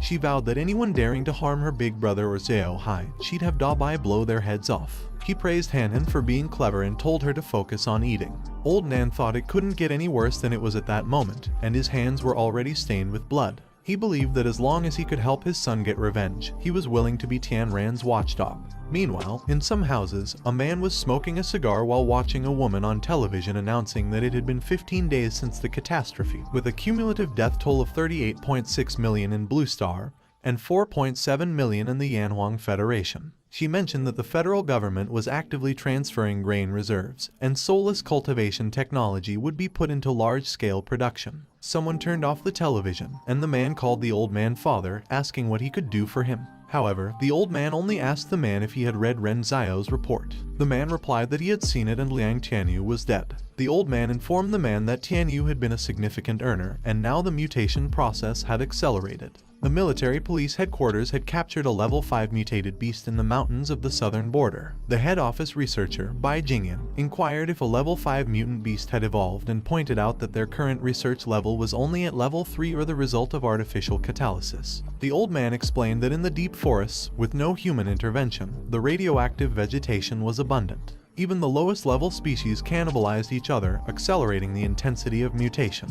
He also noted that humanity's current technology was vulnerable to unknown natural evolution. The old man instructed Jingyan to take over the lab there, as Ren Zhao had discovered that Tianyu's secret experiments used many interesting technologies. He suggested combining these technologies with what they had at hand and extracting the virus as soon as possible. Jingyan replied with an affirmative yes. Meanwhile, in the company, Ren Zhao realized that the records before those 2 days had been completely normal. It seemed that the cause of Tianyu's death was within those 2 days, but the surveillance records of those days had also been deleted by Tianyu, and all clues were lost. She understood that dwelling on this issue would serve no purpose. Instead, she needed to decide on the location of the new research institute and welcome the new person in charge. She left her office and headed outside. A car pulled up in front of the building, and Jingyan emerged from it as people welcomed him to the southern side. He introduced himself to Ren Zhao as Bai Jingyan, and she introduced herself to him as well. She inquired about the man standing next to him, and he explained that it was his assistant, Da Kui. Jingyan then mentioned that he had heard she had an approximate location for the new research institute and asked if she could show it to him. She readily agreed, mentioning that she had selected a couple of places on the outskirts of the city, allowing him to choose one. Meanwhile, on the farm, Tianran opened the livestock section in the system, selected the fish option, and saw the various fish levels, the points needed to purchase them, and the required levels. He clicked on the level 1 fish, and the system displayed level 1 salmon, bluefin tuna, trout, mackerel, herring, sardines, and more. He marveled at the variety of fish, noticing that the points required for different types of fish at the same level were the same. He focused on the bluefin tuna, a rare pre-apocalyptic ingredient now available for 500 points. He asked Hanhan if she would like to eat a lot of bluefin tuna. Excitedly, she inquired about its cost, describing it as the red fish that melts in their mouths. He confirmed that it was expensive, but now they had the means to afford it, and they could eat as much as they wanted. She was amazed and eagerly expressed her desire to eat it. He put on his jacket, grabbed his shovel, and suggested they let Dabai operate the excavator to dig a fish pond together. Hanhan enthusiastically agreed. A moment later, he drew a circular line on the ground and told them to start digging there. Old Nan asked him how old Xiao Hai was because it seemed significantly larger than before. He replied that it couldn't be the case because Xiao Hai had already reached adulthood and wasn't supposed to grow anymore. Old Nan inquired if it could be the result of the farm's high-quality food causing weight gain. He recollected the time when he first arrived to help on the farm, recalling that Xiao Hai only reached up to his knees, but now it extended to his thighs. Upon hearing this, he realized that Old Nan was correct. They spent every day together, and he hadn't noticed the changes in Xiao Hai's body shape. He feared that sudden changes in Xiao Hai's body might lead to a mutation, similar to Xiao Bai's. Since the disposal of all poisonous crops on the farm following Xiao Bai's accident, he wondered if Xiao Hai might have evolved from consuming radiation-resistant crops like Hanhan. Thus, he decided to keep a close watch on Xiao Hai to prevent any further incidents. Suddenly, the system alerted him about the presence of visitors, causing him to immediately look back, wondering who they were. Old Nan asked him what had happened to him. The system identified the visitors as 2 men and 1 woman, with a threat level of 8. Ren Zhao asked Jingyan if he truly didn't need to inspect the new location she had selected, which offered better equipment and improved security. Jingyan replied that the current farm's location was excellent, adequately sized, and that they would transfer the security and equipment after purchasing the farm. He expressed satisfaction with their current location. She agreed, instructing him to proceed as he wished. However, she found it challenging to communicate with him, noting that he hadn't even considered the locations she had carefully chosen.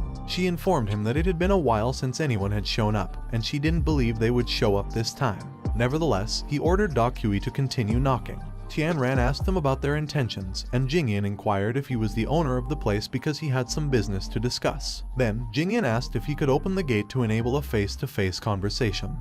But Tianran declined and urged them to speak there. He insisted that they should speak quickly as he was very busy. Jingyan acknowledged the chaotic situation outside, leaving Ren Zhao wondering about Tianran's attitude. She cleared her throat and introduced herself as the general manager of Tianran Company, Ren Zhao. She presented her card and stated that, in brief, they wanted to purchase his farm, allowing him to name his price. He couldn't believe that Tianran had already found his farm. While Ren Zhao encouraged him to name his price, whether for supplies or anything else, assuring they would meet his request, and even offered a discounted place in a villa in the city center if he needed it. However, he replied that there was no need for it. She asked if he didn't want to hear the price, considering their reputation in the southern region. She suggested that he might change his mind after learning the offer, but he remained steadfast, expressing his love for living there, stating that not even a mountain of gold would change his mind. Suddenly, Da Kui slammed his hands on the gate forcefully. The system warned him that it detected a minor attack at the farm gate with an attack strength of 2 and asked if he wanted to counterattack. He ordered the system not to attack, musing that Da Kui's action had triggered a system warning with just 1 slam. Jingyan shouted at Da Kui, causing him to look back with concern. Then, Jingyan slapped Da Kui hard in the face, reminding him that he seemed to have forgotten what he was taught. He warned Da Kui that if he acted without permission again, he'd be sent back to the devil's capital. Da Kui apologized to Jingyan, admitting his mistake and swearing that he wouldn't do it again. Tianran smiled, finding Jingyan's response interesting. Jingyan told him not to take it to heart, explaining that his subordinate had acted out of ignorance. But Tianran suggested they ignore it and called Da Kui over. Confused, Da Kui walked toward him as he instructed Da Kui to come closer. Suddenly, he punched Da Kui in the stomach, implanting the hummingbird guard inside him, causing Da Kui to kneel on the ground in pain. He told Da Kui that he had punched his gate, so he punched his back, and now they were even.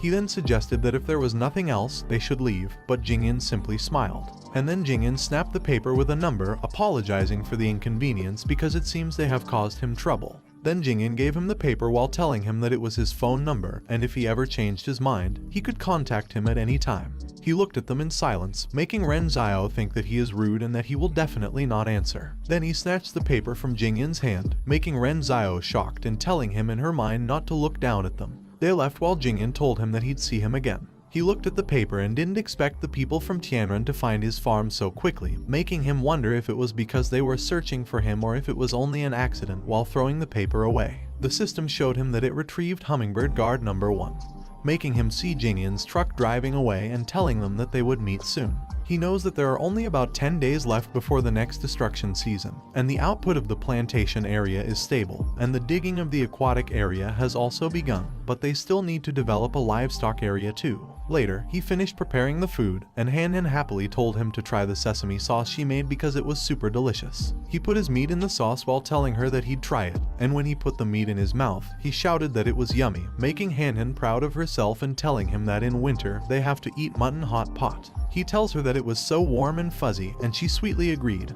making Old Nan ask them if they are a little underdressed and tell him that the current land can no longer be cultivated, so eating like it was a little too much. He tells Old Nan that he must have been curious for a long time, but he can't tell him any more details. Old Nan tells him that he understands and he shouldn't have asked in the first place because he has his secrets, but he disagrees and tells Old Nan that he just wants him to be mentally prepared. Then he tells Old Nan that the food he has there is not ordinary food, and long-term consumption of that food will cause some changes in the body, like immunity from the cold, improved physical fitness, and getting stronger. Also, it may even evolve some unusual abilities, so he was looking forward to his changes. Old Nan asks him what it is and tells him that it sounds like a science fiction movie. He reminds Old Nan that he said the apocalypse is just like a science fiction movie come true, and if it wasn't for fossils, it would have been hard for mankind to imagine that the blue star was ever home to those huge prehistoric beasts. As things stand, there is nothing strange about having superpower, just like that apocalypse. Also, it's more like an evolution. Old Nan tells him that he doesn't understand what he is talking about, making him laugh, and tells Old Nan to just continue his dinner. Old Nan asks him if someone came today, and he replies that they are from Tianren, making Old Nan shocked and snap the chopstick in anger. Old Nan shakily asks him if he, a useless old man,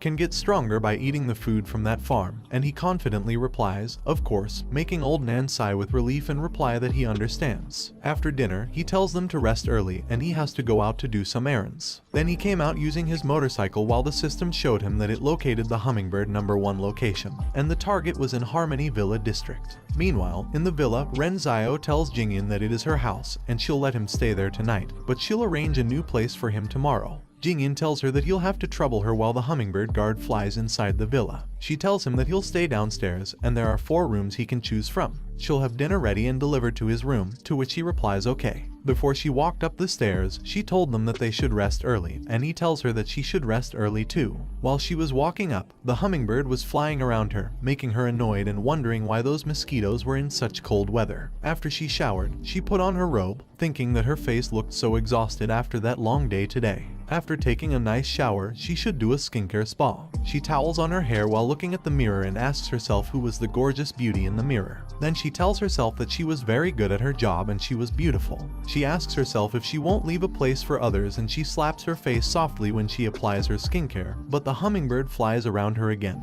making her pissed and open her eyes. She irritatedly walks toward the window, thinking that it couldn't be mosquitoes because the sound of flapping wings was like a beetle, and she hated it. So, she decided to open the window and see if it could fly out. She smilingly opened the window and put her head outside, thinking that the air conditioner had been blowing for a long time, but it was so refreshing to get a breath of fresh air. But then she noticed something, and when she looked up, she saw Tianren climbing up with the rope. They were shocked to see each other, but then he jumps into the room, shocking Ren Zio even more. He immediately covers Ren Zio's mouth when she is about to shout for help, making her cry in her mind that the bodyguards outside are useless. She is down on the ground, frustrated, thinking that she'll fire all the bodyguards, and realizes that the man in front of her is so strong that she can't move at all. Also, she can't fight him, so she thinks she has to calm that thief first. He tells her that he'll let her go, so she shouldn't scream and not try any moves. Otherwise, they will see which is faster, his knife or the bodyguards outside. She nods in agreement while telling him to calm down in her mind. When he lets go of her, she tells him that in the bedside cabinet, there is money, some jewelry, and gold, and he can take them all as long as he doesn't hurt her. Also, she will never call the police. He tells her that she was pretty cooperative, but she just tells him that the world is all about seeking wealth, and hurting her won't do him any good. So he should just take the money and leave quickly because it will be enough for him to exchange for a lot of food. He was amazed to hear it, but told her that unfortunately, he was not there to rob her of her money, making her shocked and ask him if he was a pervert, psychologically distorted, or a pornographer. She also tells him that she had AIDS, so he'd be infected if he touched her, and is about to ask him what time to be thinking about such a thing. But he covers her mouth while telling her to stop and asks her if she sent someone to kill Tianyu, and why else would it have taken her so long to discover the murderer, making her wonder if it was not a robbery. He uncovers her mouth, and she asks him if he is one of Tianyu's men. Knowing that Tianyu's confidants are all dead, makes her wonder where that person came from. He replies that Tianyu did him a great favor, but he died inexplicably, so he wanted to avenge him. He heard that she was currently investigating the cause of Tianyu's death, so she should give him all the information she had because he wanted to take a look. She realizes that he was there to voice his accusations and tells him that she and the police are investigating the cause of Tianyu's death, but the clues are too limited, and there is no way to pinpoint the real culprit in such a short period of time. He He tells her that she took over Tian Yu's position when he died, so he guessed maybe it was her doing. She tells him that he has no evidence, and Tian Yu has made too many enemies on the southern side, so it was only natural for someone to take advantage of the chaos and kill him in the midst of it. Also, Tian Yu died so tragically, so it must have been a revenge killing. And she didn't have a deep grudge against Tian Yu, so it was not worth it to kill him for the position of the general manager. He knows that she is basically right and that the woman isn't stupid either, but he tells her that he can't believe they don't have any suspects. She tells him that there is really no suspect because Tian Yu destroyed all the documents and surveillance related to the recent conspiracy. Then she asked him how she was supposed to pinpoint a suspect when she didn't even know who he was interacting with before he died, and tells him that she was having a hard time with that matter too. He was glad that Tian Yu wanted to have everything for himself and left no clues behind. She asks him if he will let her go. Suddenly, he hears footsteps rushing toward them and hears someone asking Ren Xiao what was going on and tells her to open the door. He attacks her in the neck while Da Kui is trying to open the door, and the housemaid tells Da Kui that the alarm system went off, so something must have happened, and begs Da Kui to save Ren Xiao. Da Kui manages to break the door and immediately runs inside with the maid, who sees Ren Xiao collapsed on the ground. The maid holds Ren Xiao and tearfully asks her what is wrong with her while Da Kui runs straight to the window. Da Kui shouts MD and tells him not to let the man escape. But at that time, he lands safely on the ground and can't believe that the scar-faced monster really broke the door down. Then someone tells him that breaking into a girl's bedroom in the middle of the night is a little too rude. He looks back and sees Jingyan behind him. He asks Jingyan how did he find him because he clearly left no trace behind him. Jingyan replies that when he stepped on the gravity sensing device on the window, he asked Da Kui to block the door, and if he didn't want to have a face-to-face conflict with them, he would definitely jump out of the window, and that would be his escape route. He fell silent, realizing that Jingyan was exceptionally smart. He swiftly ran toward him, wondering if that bean sprout could stop him. He attempted to punch Jingyan, but Jingyan raised his knee, and his fist was blocked by Jingyan's knee, surprising him. Jingyan then leaped away from him. Jingyan's knee was slightly injured, and he told him that it was interesting because the bones of the arm were nothing compared to the knee. According to his calculations, the ulna and radius of his forearm should be fractured now from the frontal impact force of 700 kilograms, and his carpal joints should also be crushed and dislocated due to their inability to unload that force, but he didn't show any signs of injury. Jingyan then asked him if he had ever practiced martial arts, noting that he didn't see him using any special techniques. He asked him if he could answer that because he was very confused now, warning him that he wasn't going anywhere tonight. This left him shocked, his hands shaking in pain.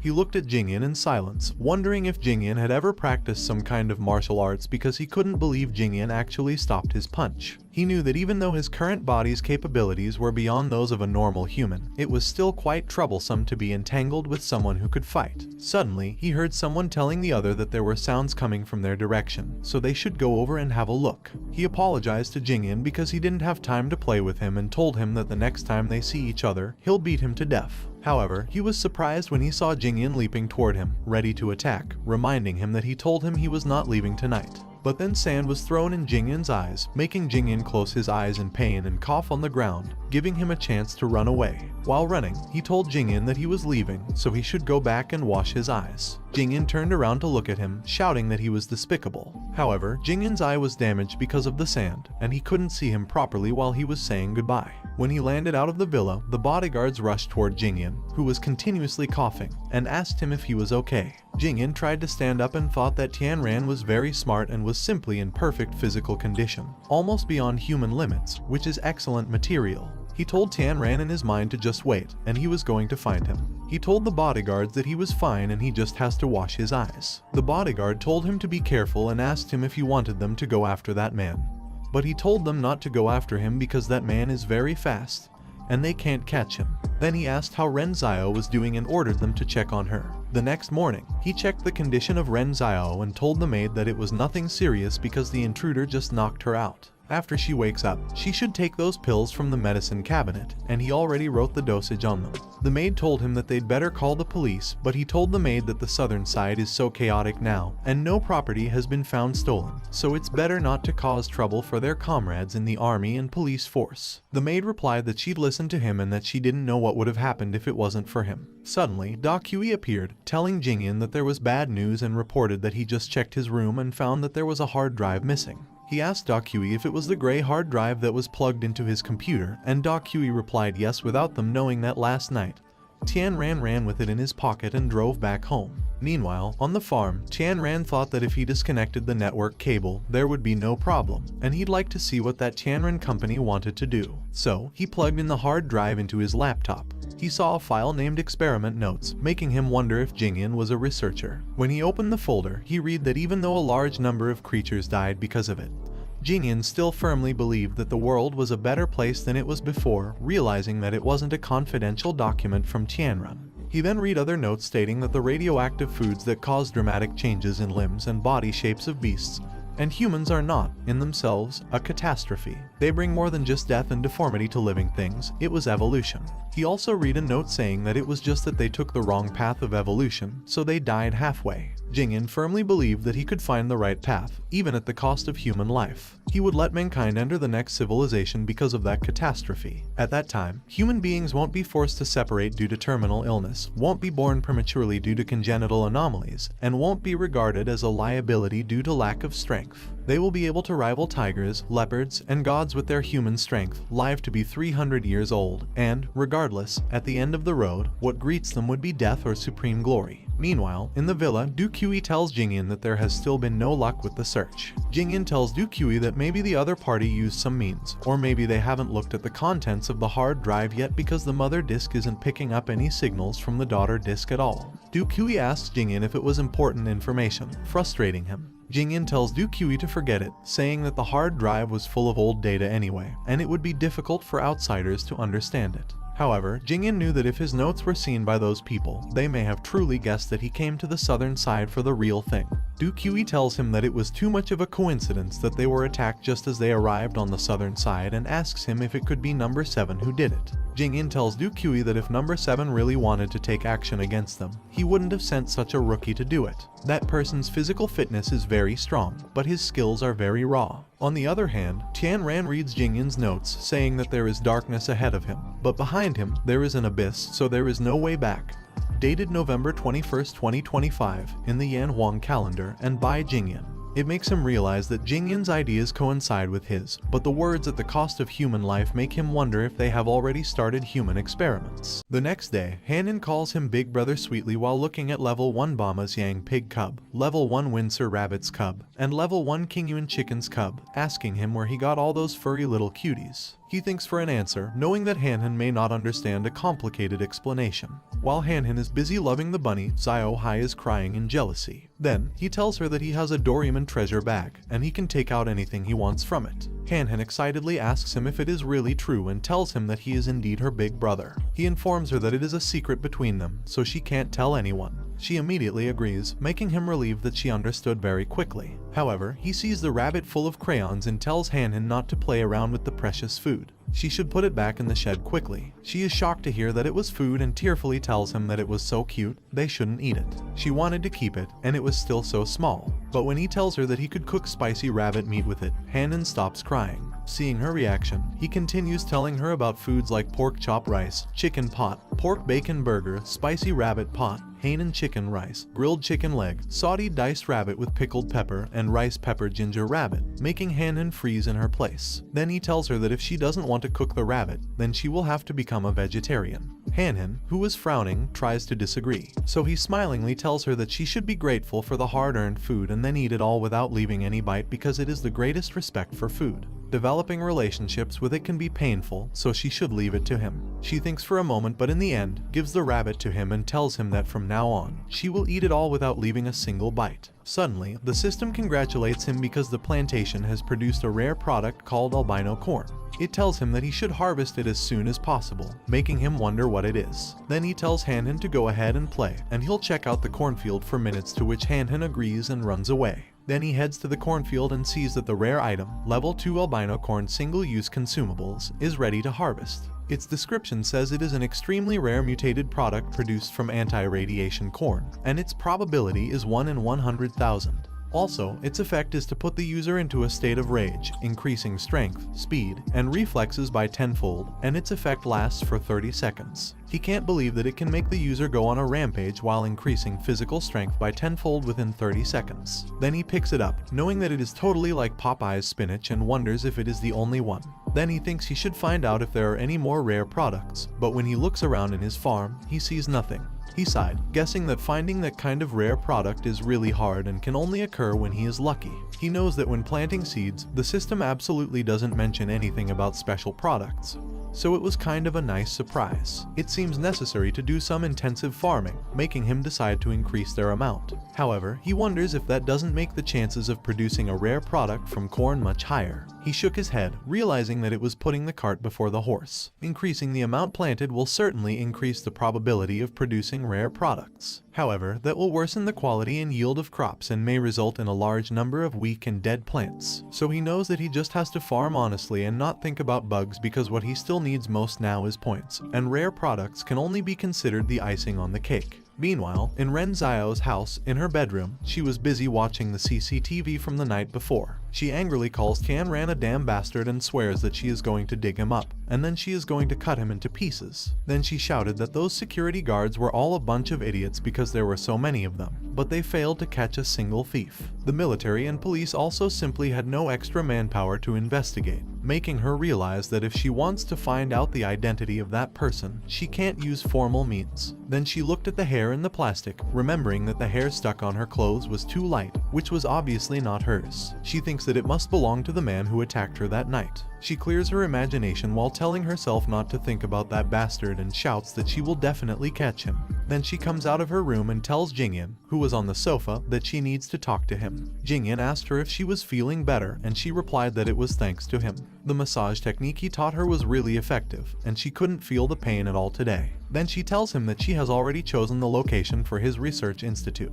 It isn't far from the farm, and it was originally a factory, but due to the sudden changes, the factory closed down. So it was sold to them at a low price, and its location is pretty good, quiet, and remote, meeting his requirements very well. He apologizes to her for the trouble and tells her that since she came to see him, he was sure there was something else going on. She tells him that honestly, that matter was quite embarrassing, but she thought since he was an expert in biological research, he must be able to do a DNA systematic comparison. She'd like him to help her find a DNA match for that hair on the southern side. He tells her that if she wants to make a comparison in the entire southern side, it is tantamount to finding a needle in a haystack. Not to mention the time it will take to complete the comparison of nearly 100,000 copies. So just getting DNA samples from everyone on the southern side is a huge undertaking. Then he asks her if that person is that important. She awkwardly replies that it is not that important, and she just wants to find the intruder who attacked her that day. But if it's that difficult, they should forget it. Jingyan is stunned and shocked to hear it and springs up while shoutingly telling her that it is not difficult at all.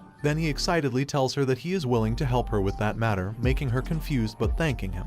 Later, in the laboratory, the system showed that the reagent injection solution was completed.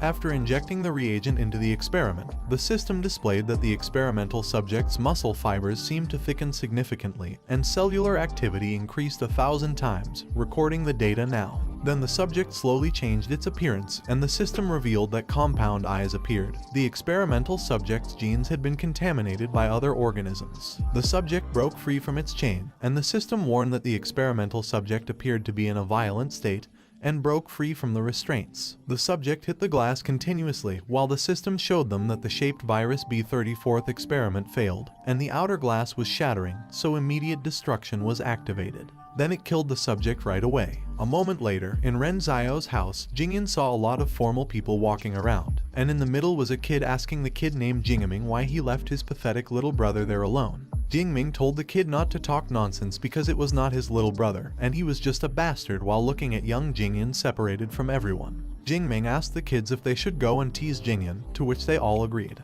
A moment later, the kids were drowning Jingyan in the fountain and laughing, telling each other to hold Jingyan tight and make him drink until he was full because a bastard is a bastard, and Jingyan is really such a disgrace. Jingming told the kids to take it easy and not to leave any marks on Jingyan because even though Jingyan is a bastard, Jingyan's surname is Bai after all, and he has to live up to the old man's expectations, to which the kids laughingly replied that they know, while Jingyan was coughing in pain. Jingyan begged his big brother Jingming to let him go, and the kid laughingly told Jingming that Jingyan even called him brother, making Jingming pissed and telling him that he was such a dirty bastard. He woke up in a sweat and sat up immediately, shouting not to hurt him. He put his hand on his head in frustration and caught his breath. Then he looked at the injection, telling Jingming that nowadays, V-shaped viruses have become more stable. As soon as he can create the perfect mutant, he won't be far from beating him. Meanwhile, in the news, the reporter announced that it's been 19 days since the world changed. Their reporters told them that large numbers of mutated livestock carcasses were found in Nachai town, exceeding 100 in number, and they are of unknown origin, piled up there. The Epidemic Prevention Department has already disposed of the remains. He asked Hanhan why she isn't watching cartoons today and if she started watching the news. Hanhan poutingly told him that he always treats her like a child, and she has been following the news too because she can't hide behind him all the time. He told her that she can see people's evil thoughts, which is already helping him. But she told him that she wants to grow up quickly and help him more. Also, Zio Hai is getting stronger, so she has to get stronger too. He thinks that he has been watching Zio Hai for a while now, and Zio Hai doesn't have a tendency to go berserk, so the changes in its body shape would be due to the evolution from the anti-radiation products, making him feel relieved. Then he tells Hanhan that he and her Uncle Nan will go to continue digging the pond, and when she gets hungry, she should find some snacks for herself. 1 hour later, Hanhan was lying on Zio Hai, pouting that her big brother was right because she was a little hungry. Then she noticed something on the table, making her wonder what it was. She opened it, and inside was the Divine Gain Seed, which is level 4, but for her, they were just glowing nuts, and they looked delicious. Then she showed it to Zio Hai and told it that there were exactly 2, so 1 for each of them. She shoved 1 into Zio Hai's mouth and ate 1 for herself, but she spit hers out because it was bitter while still holding Zio Hai's mouth closed. She shouted that it was too hard and she needed to rinse her mouth, but Zio Hai swallowed it whole. Then Zio Hai didn't know why he felt a little sleepy, so he bent down and closed his eyes. A moment later, the inside of the house was destroyed, and a dog was barking continuously, making Nan wonder what that sound was. Then Nan walked around to find that sound and saw blood leading to something on the side. Zio Hai looked at Nan glaring, shocking him. Suddenly, Zio Hai jumped toward Nan and opened its mouth to attack Nan, making Nan shout in fear. Fortunately, Nan dodged it in time, making him let go of his flashlight. Then Nan immediately looked back, wondering what it was, and saw that it was Zio Hai. When he stared at it, he noticed that Zio Hai really became like a wolf, making him wonder if it was because of mutation. But he noticed that it seemed different from normal mutant animals, and there seems to be no sign of further attacks on him, so he decided to try to calm Zio Hai down. Then he called Zio Hai to introduce himself, and Zio Hai began to look around, making him wonder what it was and if there was a reaction. He tried to reach for Zio Hai while asking if it was hungry and telling it that he'd get it some food, but Zio Hai barked at him softly, which meant a warning, making him stunned in surprise. Then Zio Hai jumped out the window, making him surprised and calling Zio Hai continuously. Zio Hai stopped for a moment and jumped off the fence, making Nan couldn't believe that Zio Hai really climbed over such a high fence with ease. Tian ran speedily and asked Nan what happened. Nan replied that it was bad because Zio Hai suddenly went crazy and ran outside. Nan explained that he didn't know why Zio Hai suddenly went crazy, but it didn't look like any of the other mutant animals out there because it seemed to recognize him, making him surprised. But then Hanhan ran toward them and told them that Zio Hai is gone because when she woke up, it wasn't next to her bed.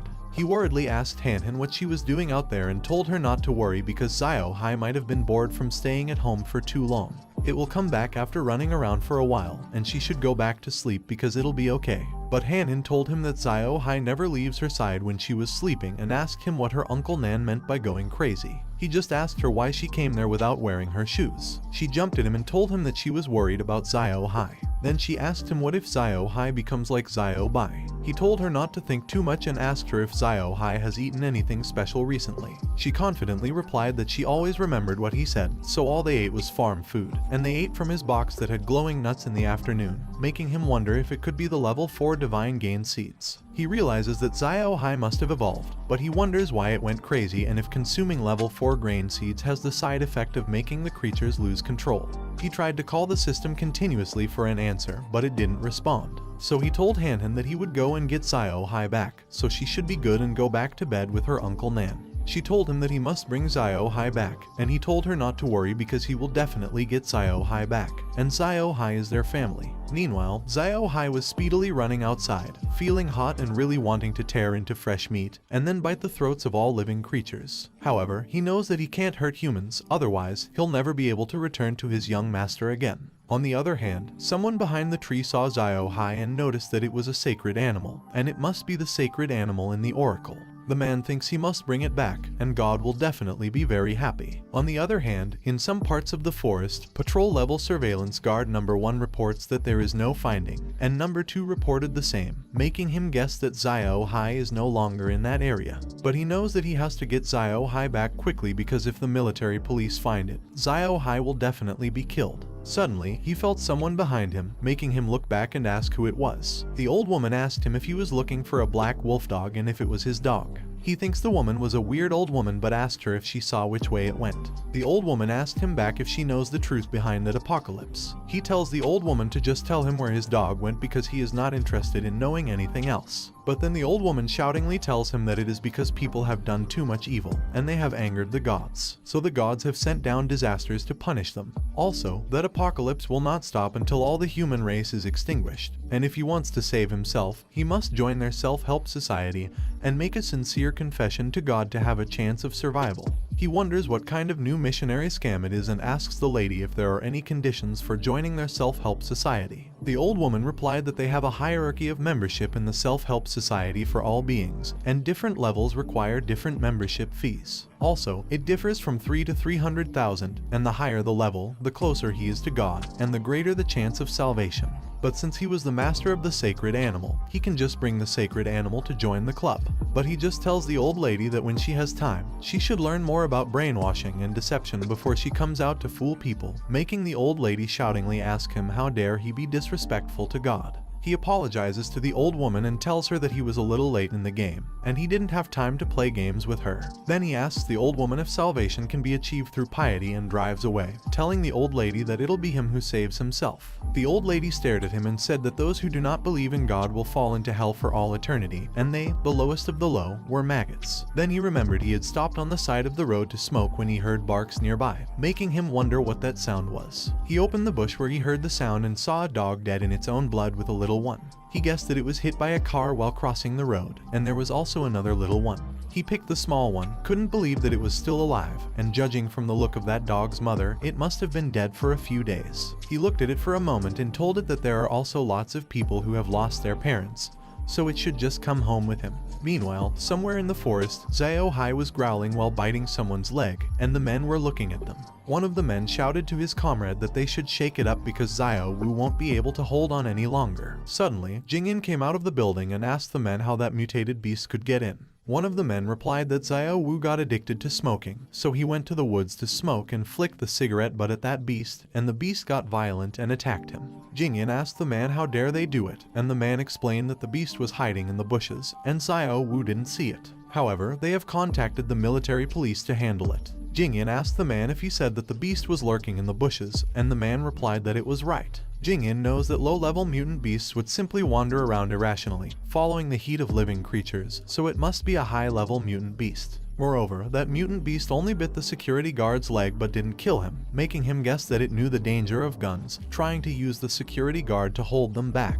and it was simply terrifyingly clever. If they captured it and studied it, they might be able to break through the instability of the V virus, and it was the perfect mutant beast that he has been looking for. He orders the man to get all the men he can because they must capture that mutant beast alive before the military police arrive, and they must be equipped with tranquilizer guns and sedatives. Also, they should remember it has to be alive. Then the man gives him a tranquilizer gun, and he orders them to be careful and only aim for the limbs. Then he aimed his gun and fired it towards Zio Hai, but Zio Hai noticed it and jumped away in time to avoid it. They begin to shoot Zio Hai with a tranquilizer and hit it a little, so Zio Hai attacks one of the men in pain. Jingyin reloaded his gun in frustration and heard someone shout that it was going to run away. Then Zio Hai jumped away while Jingyin ordered the men to chase it. Meanwhile, in some parts of the forest, Hummingbird number 2 reported to Tianran that large dog paw prints were found 700 meters southeast, so he immediately rolled his motorcycle around to go there and was shocked to see paw prints with blood. He noticed that it was a big paw print, and the color of the blood was relatively fresh, as if it had just been left there not long ago, making him guess that it must belong to Zio Hai and wondered what happened and how Zio Hai got hurt so badly. On the other hand, 3 cars are chasing after Zio Hai. Inside one of the cars is Jingyin, realizing that no mutated animal can move at such a fast speed, making him more and more excited.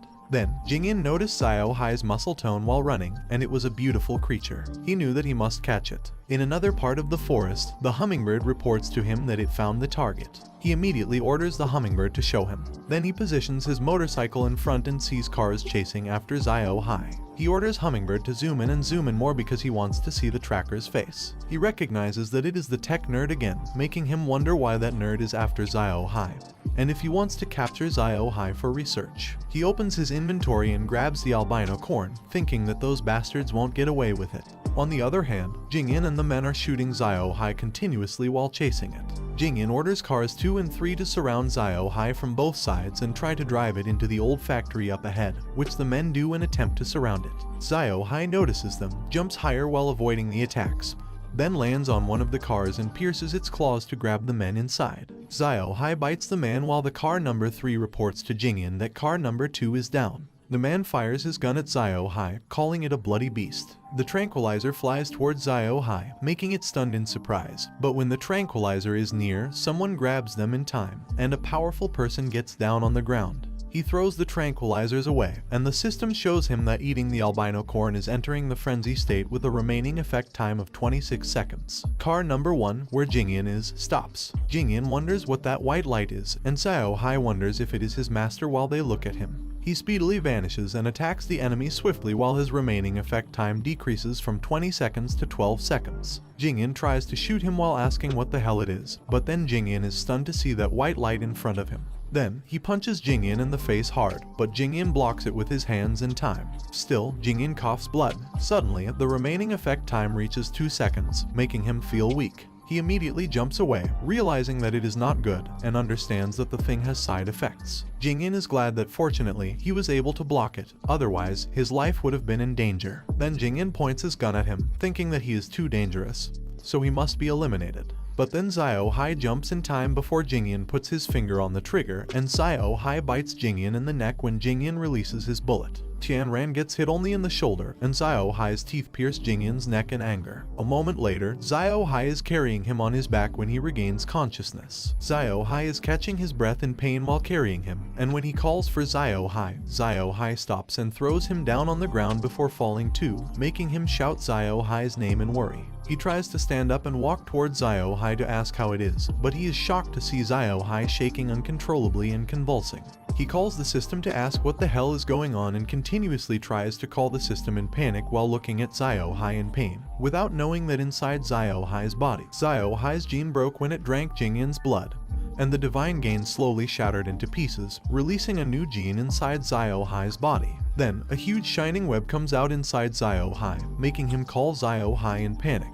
But the webs wrap around Zio Hai and cover it completely, making him look at it, knowing what it is. Meanwhile, in the hospital, Jingyin is lying while the doctor apologizes because the situation is very pessimistic. Jingyin received a hard blow to the head, so his pituitary gland was concussed, and the blood vessels in his brain were squeezed, especially the fatal wound on his neck. It's a miracle that Jingyin has made it this far. The man apologizes to Ren Zio and tells her that they have done their best, but Jingyin's chances are really small. She tells the man not to explain it to her and that it is their duty as guards to protect the researcher Jingyin's safety with their lives. Now, Jingyin is lying on a hospital bed with his life and death uncertain. The man apologizes to her again and explains that Jingyin was really so intent on capturing the mutant animal that he took off first with the advanced team. By the time they got there, the advanced team also suffered heavy losses, and only Da Kui survived. She tells the man that it's enough because she doesn't want to hear excuses and asks the man if he saw the attacker's appearance. The man replies no and explains that it was a very fast white light, making her shout at the man that if he was going to make up a story, he should make up a decent one first before trying to fool people. The man swore to her that it was the truth and he was not lying, making her fume in anger and tell the man that they paid them a lot of money, and she was not there to listen to their shirking their responsibilities. Suddenly, the doctor tells her that Jingyin's heart rate is dropping drastically, and there is another hematoma in his brain. She shoutingly tells the doctor to rescue Jingyin immediately, but the doctor tells her that it is pointless because Jingyin can't be saved and it's better to listen to what else Jingyin wants to say in his last moments, making them stunned. Then the doctor ordered the nurses to give Jingyin a shot of adrenaline, which they did and made Jingyin wake up. Jingyin immediately calls Da Kui and Da Kui immediately replies that he was there. Jingyin ordered Dakyui to inject him with the V-shaped virus, making Dakyui shocked and disagree, then explained to Jingyin that there had been no human successes yet, so if it failed, he won't even be able to rest quietly in his grave with a complete human body. But Jingyin tells Dakyui that dying like it or dying as a monster was no difference to him, so they should let him make a bet this time because he don't want to lose just like it. Dakyui agreed, and the doctor told them that he'd inject 5 ml of V-shaped virus agent into him and prepare the shackles and the bomb neck collar. Then the doctor asks Jingyin if he wants him to call the Bai family back, but he replies that there is no need for it because they are just people who happen to share the same blood as him and it was not his home, so they should get started. Then the doctor injects him with the V-shaped virus. He shakes uncontrollably while the virus spreads inside his veins, and he shouts in pain while his DNA is changing because of the virus. Ren Zhao looks at him in horror while Dakyui just closes his eyes. Meanwhile, in the forest, the web slowly broke into pieces and Tianran was shocked to hear it. Then he looked back and saw that the web had started to break. Then the web broke into pieces and Xiao Hai came out of it, making him stunned and shocked to see Xiao Hai walking out of it with feet and hands like a human. He stared at Xiao Hai for a moment and asked if it was Xiao Hai in disbelief, but it just stared at him and grabbed his injured shoulder, making him surprised and shout in pain. Meanwhile, in their farmhouse, Nan tells Han to be good and not to wait any longer, to go back to sleep because Xiao Hai couldn't have gotten that far, and Tianran would be back soon. Nan, who is shaking in the cold, tells Han that it would be bad if she caught a cold in such cold weather. However, she replies that she is not cold, she is in good health now and will just wait there for her big brother to come back. Nan is about to disagree, but Han tells him not to hold her hand if he doesn't believe that she is very warm, and Nan holds her hand, making him tell her that it is really true. Nan also tells her that it is amazing how much a person's health can improve by eating the food from that farm, and she tells Nan that she's an evolved superwoman. Nan agrees to accompany her and wait for Tianran to come home, but tells her to sit with him as his baby warmer, to which she agrees. Hours later, the sun is slowly rising, making Han wake up because of the light and open her eyes. Suddenly, she shouts "Big Brother," making Nan wake up too. Han runs to the gate while telling Tianran that he is back and asks him if he has found Xiao Hai. However, she stops in amazement and worriedly asks her brother what is wrong with him while looking at her brother in the hand of a huge dog. Xiao Hai, who has just evolved, still can't control his strength very well. As a result, Tianran's wounds opened and a fracture occurred. He tells Han that he brought Xiao Hai back, making old Nan and Han surprised. Later, Xiao Hai with a race of Czech wolf dogs is being dressed up by Han, who excitedly tells him that he has changed a lot. Tai pants were hot, she wants him to lift her up, and he still has the familiar blue color of Xiao Hai. Xiao Hai picks up Han, realizing that his little mistress is still so naughty, while the system shows that Xiao Hai's evolution type is atavistic.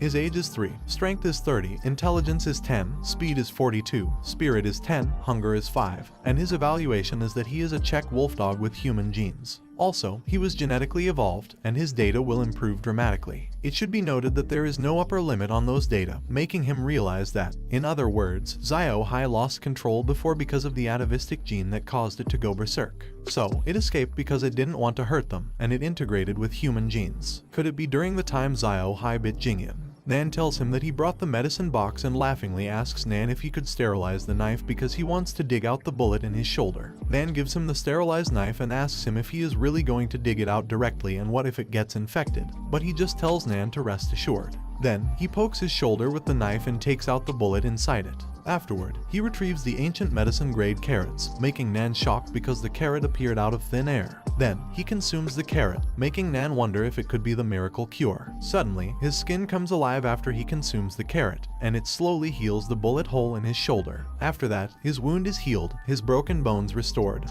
and there is only pain left. He knows that the genetic cells in the bodies of all living creatures on the planet are constantly replicating and fissioning, with old cells dying and new ones replacing the old ones to maintain life. During the process of fission and replication, the cell is stable most of the time and will completely replicate all the elements of the old cell. Under certain conditions, a new gene might suddenly appear at a site, replacing the original gene, and that is called a mutant gene. Also, gene mutations are categorized into 2 outcomes. The first is beneficial development, just like him, Han, and Xiao Hai. It allows their bodies to add new and beneficial functions to their original functions, and he calls that evolution. The second is bad development, just like the many mutated animals in the world currently. They have terrifyingly strong limbs and great strength, but with fatal flaws in their genes. Even if they are lucky enough to regain their senses, they won't live long, and it's just a way to survive. Meanwhile, in the hospital, Jing-in wakes up and breaks the chain holding his hand easily. The doctor shouts that Jing-in is awake, and Jing-in can't believe that he survived. The doctor shouts that it's simply a miracle because no human being has ever retained consciousness after being injected with the V virus. He tells Jing-in that his success this time means that their experiment will move to the next stage. However, Jing-in tells them that it's not that simple. He did survive, but it doesn't mean that the V-shaped virus mutated him perfectly because his mutation is still a failure. He has greater strength and speed than normal people, but his body structure is still altered for the worse. He also tells them that he has a maximum of 7 days to live if he can't find the perfect mutated creature and get its DNA. In 7 days, he is still going to die. A moment later, Jing-in, who evolved because of the virus, was fixing his clothes. Then, Doc Huey arrived and told him that Detective Yuan from the Southern Side Military Police Bureau was there. He replied that he understood, and Doc Huey asked him if it wouldn't be appropriate for them to investigate the intruder and alert the military. He explained that he was well versed in boxing, Muay Thai, Sambo, grappling, Sanchu, and several other deadly martial arts. He also had a 65 kilograms Golden Dragon badge from the Federal Sanchu Association, and his reflexes and physical fitness were more than 2.8 times that of an average adult. In other words, he could already be called one of the strongest people in the world. There are not many people who can defeat him head-on. However, the person who attacked him, in other words, couldn't be considered human at all because that person's power source was the same as that perfect mutant wolf dog. That person should also be a perfect mutant, or perhaps their perfect mutations all came from the same source, which explains why that person came to rescue that wolf dog. That man's movements reminded him of the other guy from before. Doc Huey asked him if he suspected that the two were the same person and if it would be a good idea for them to know about their hard-earned research results. He replied that he knew what he was doing, and the virus hadn't yet allowed him to reach the state of perfect evolution. But if that information could lead him to the perfect mutant, he could afford to do it because, after all, he didn't have much time. Then, he met Detective Yuan, and the lady looked back to meet him. He apologized to her for keeping her waiting and hoped his appearance didn't scare her. She told him that it didn't, and Yuan Wen, the Southern Side senior police officer, asked him if it was what he said the military would be interested in. He grabbed his shirt to open it while excusing himself to her and told her that, as she could see, he was in a state that would normally be impossible to survive because that bone spur would gradually grow as his body developed. When his heart is pierced, that's when he'll die, so he doesn't have much time. He also tells her that in exchange, he expects her to give him her full assistance in finding that person while showing her the hair and telling her that the sooner, the better. Yuan Wen thinks for a moment and tells him that it was a pleasure to work with him. Meanwhile, in their farmhouse, the system showed Tian Ran that he purchased 19 level 4 divine level powerful seeds. Xiao, Hai, and Hanhan were sleeping peacefully. The system showed him that the level 4 divine level powerful seed category was cherry tomato, and its effects promoted genetic fission for the one who consumes it. It enhanced the beneficial development of genetic fission, prevented the negative development of genes, and promoted evolution. He smiled as he looked at the seed, knowing that, in other words, the main direction of level 4 seeds is to promote evolution, and that is simply the key to a new era for mankind. He also knows that if humans become gods with that kind of thing in the future, he wonders if he will be the god who created the gods. But he notices that its planting conditions are very harsh, and if he wants to plant it, he needs to use a lot of points to level up the land first, which is so expensive. Still, he has to buy it. Then, a moment later, the system showed him that he had spent 95,000 points to purchase a good land upgrade coupon 19 times, and his remaining points were 5,680,000. He upgraded his ordinary land 19 times to good land, which was nutrient-rich black soil that could grow crops above level 4 and had a yield-boosting effect on crops below level 3.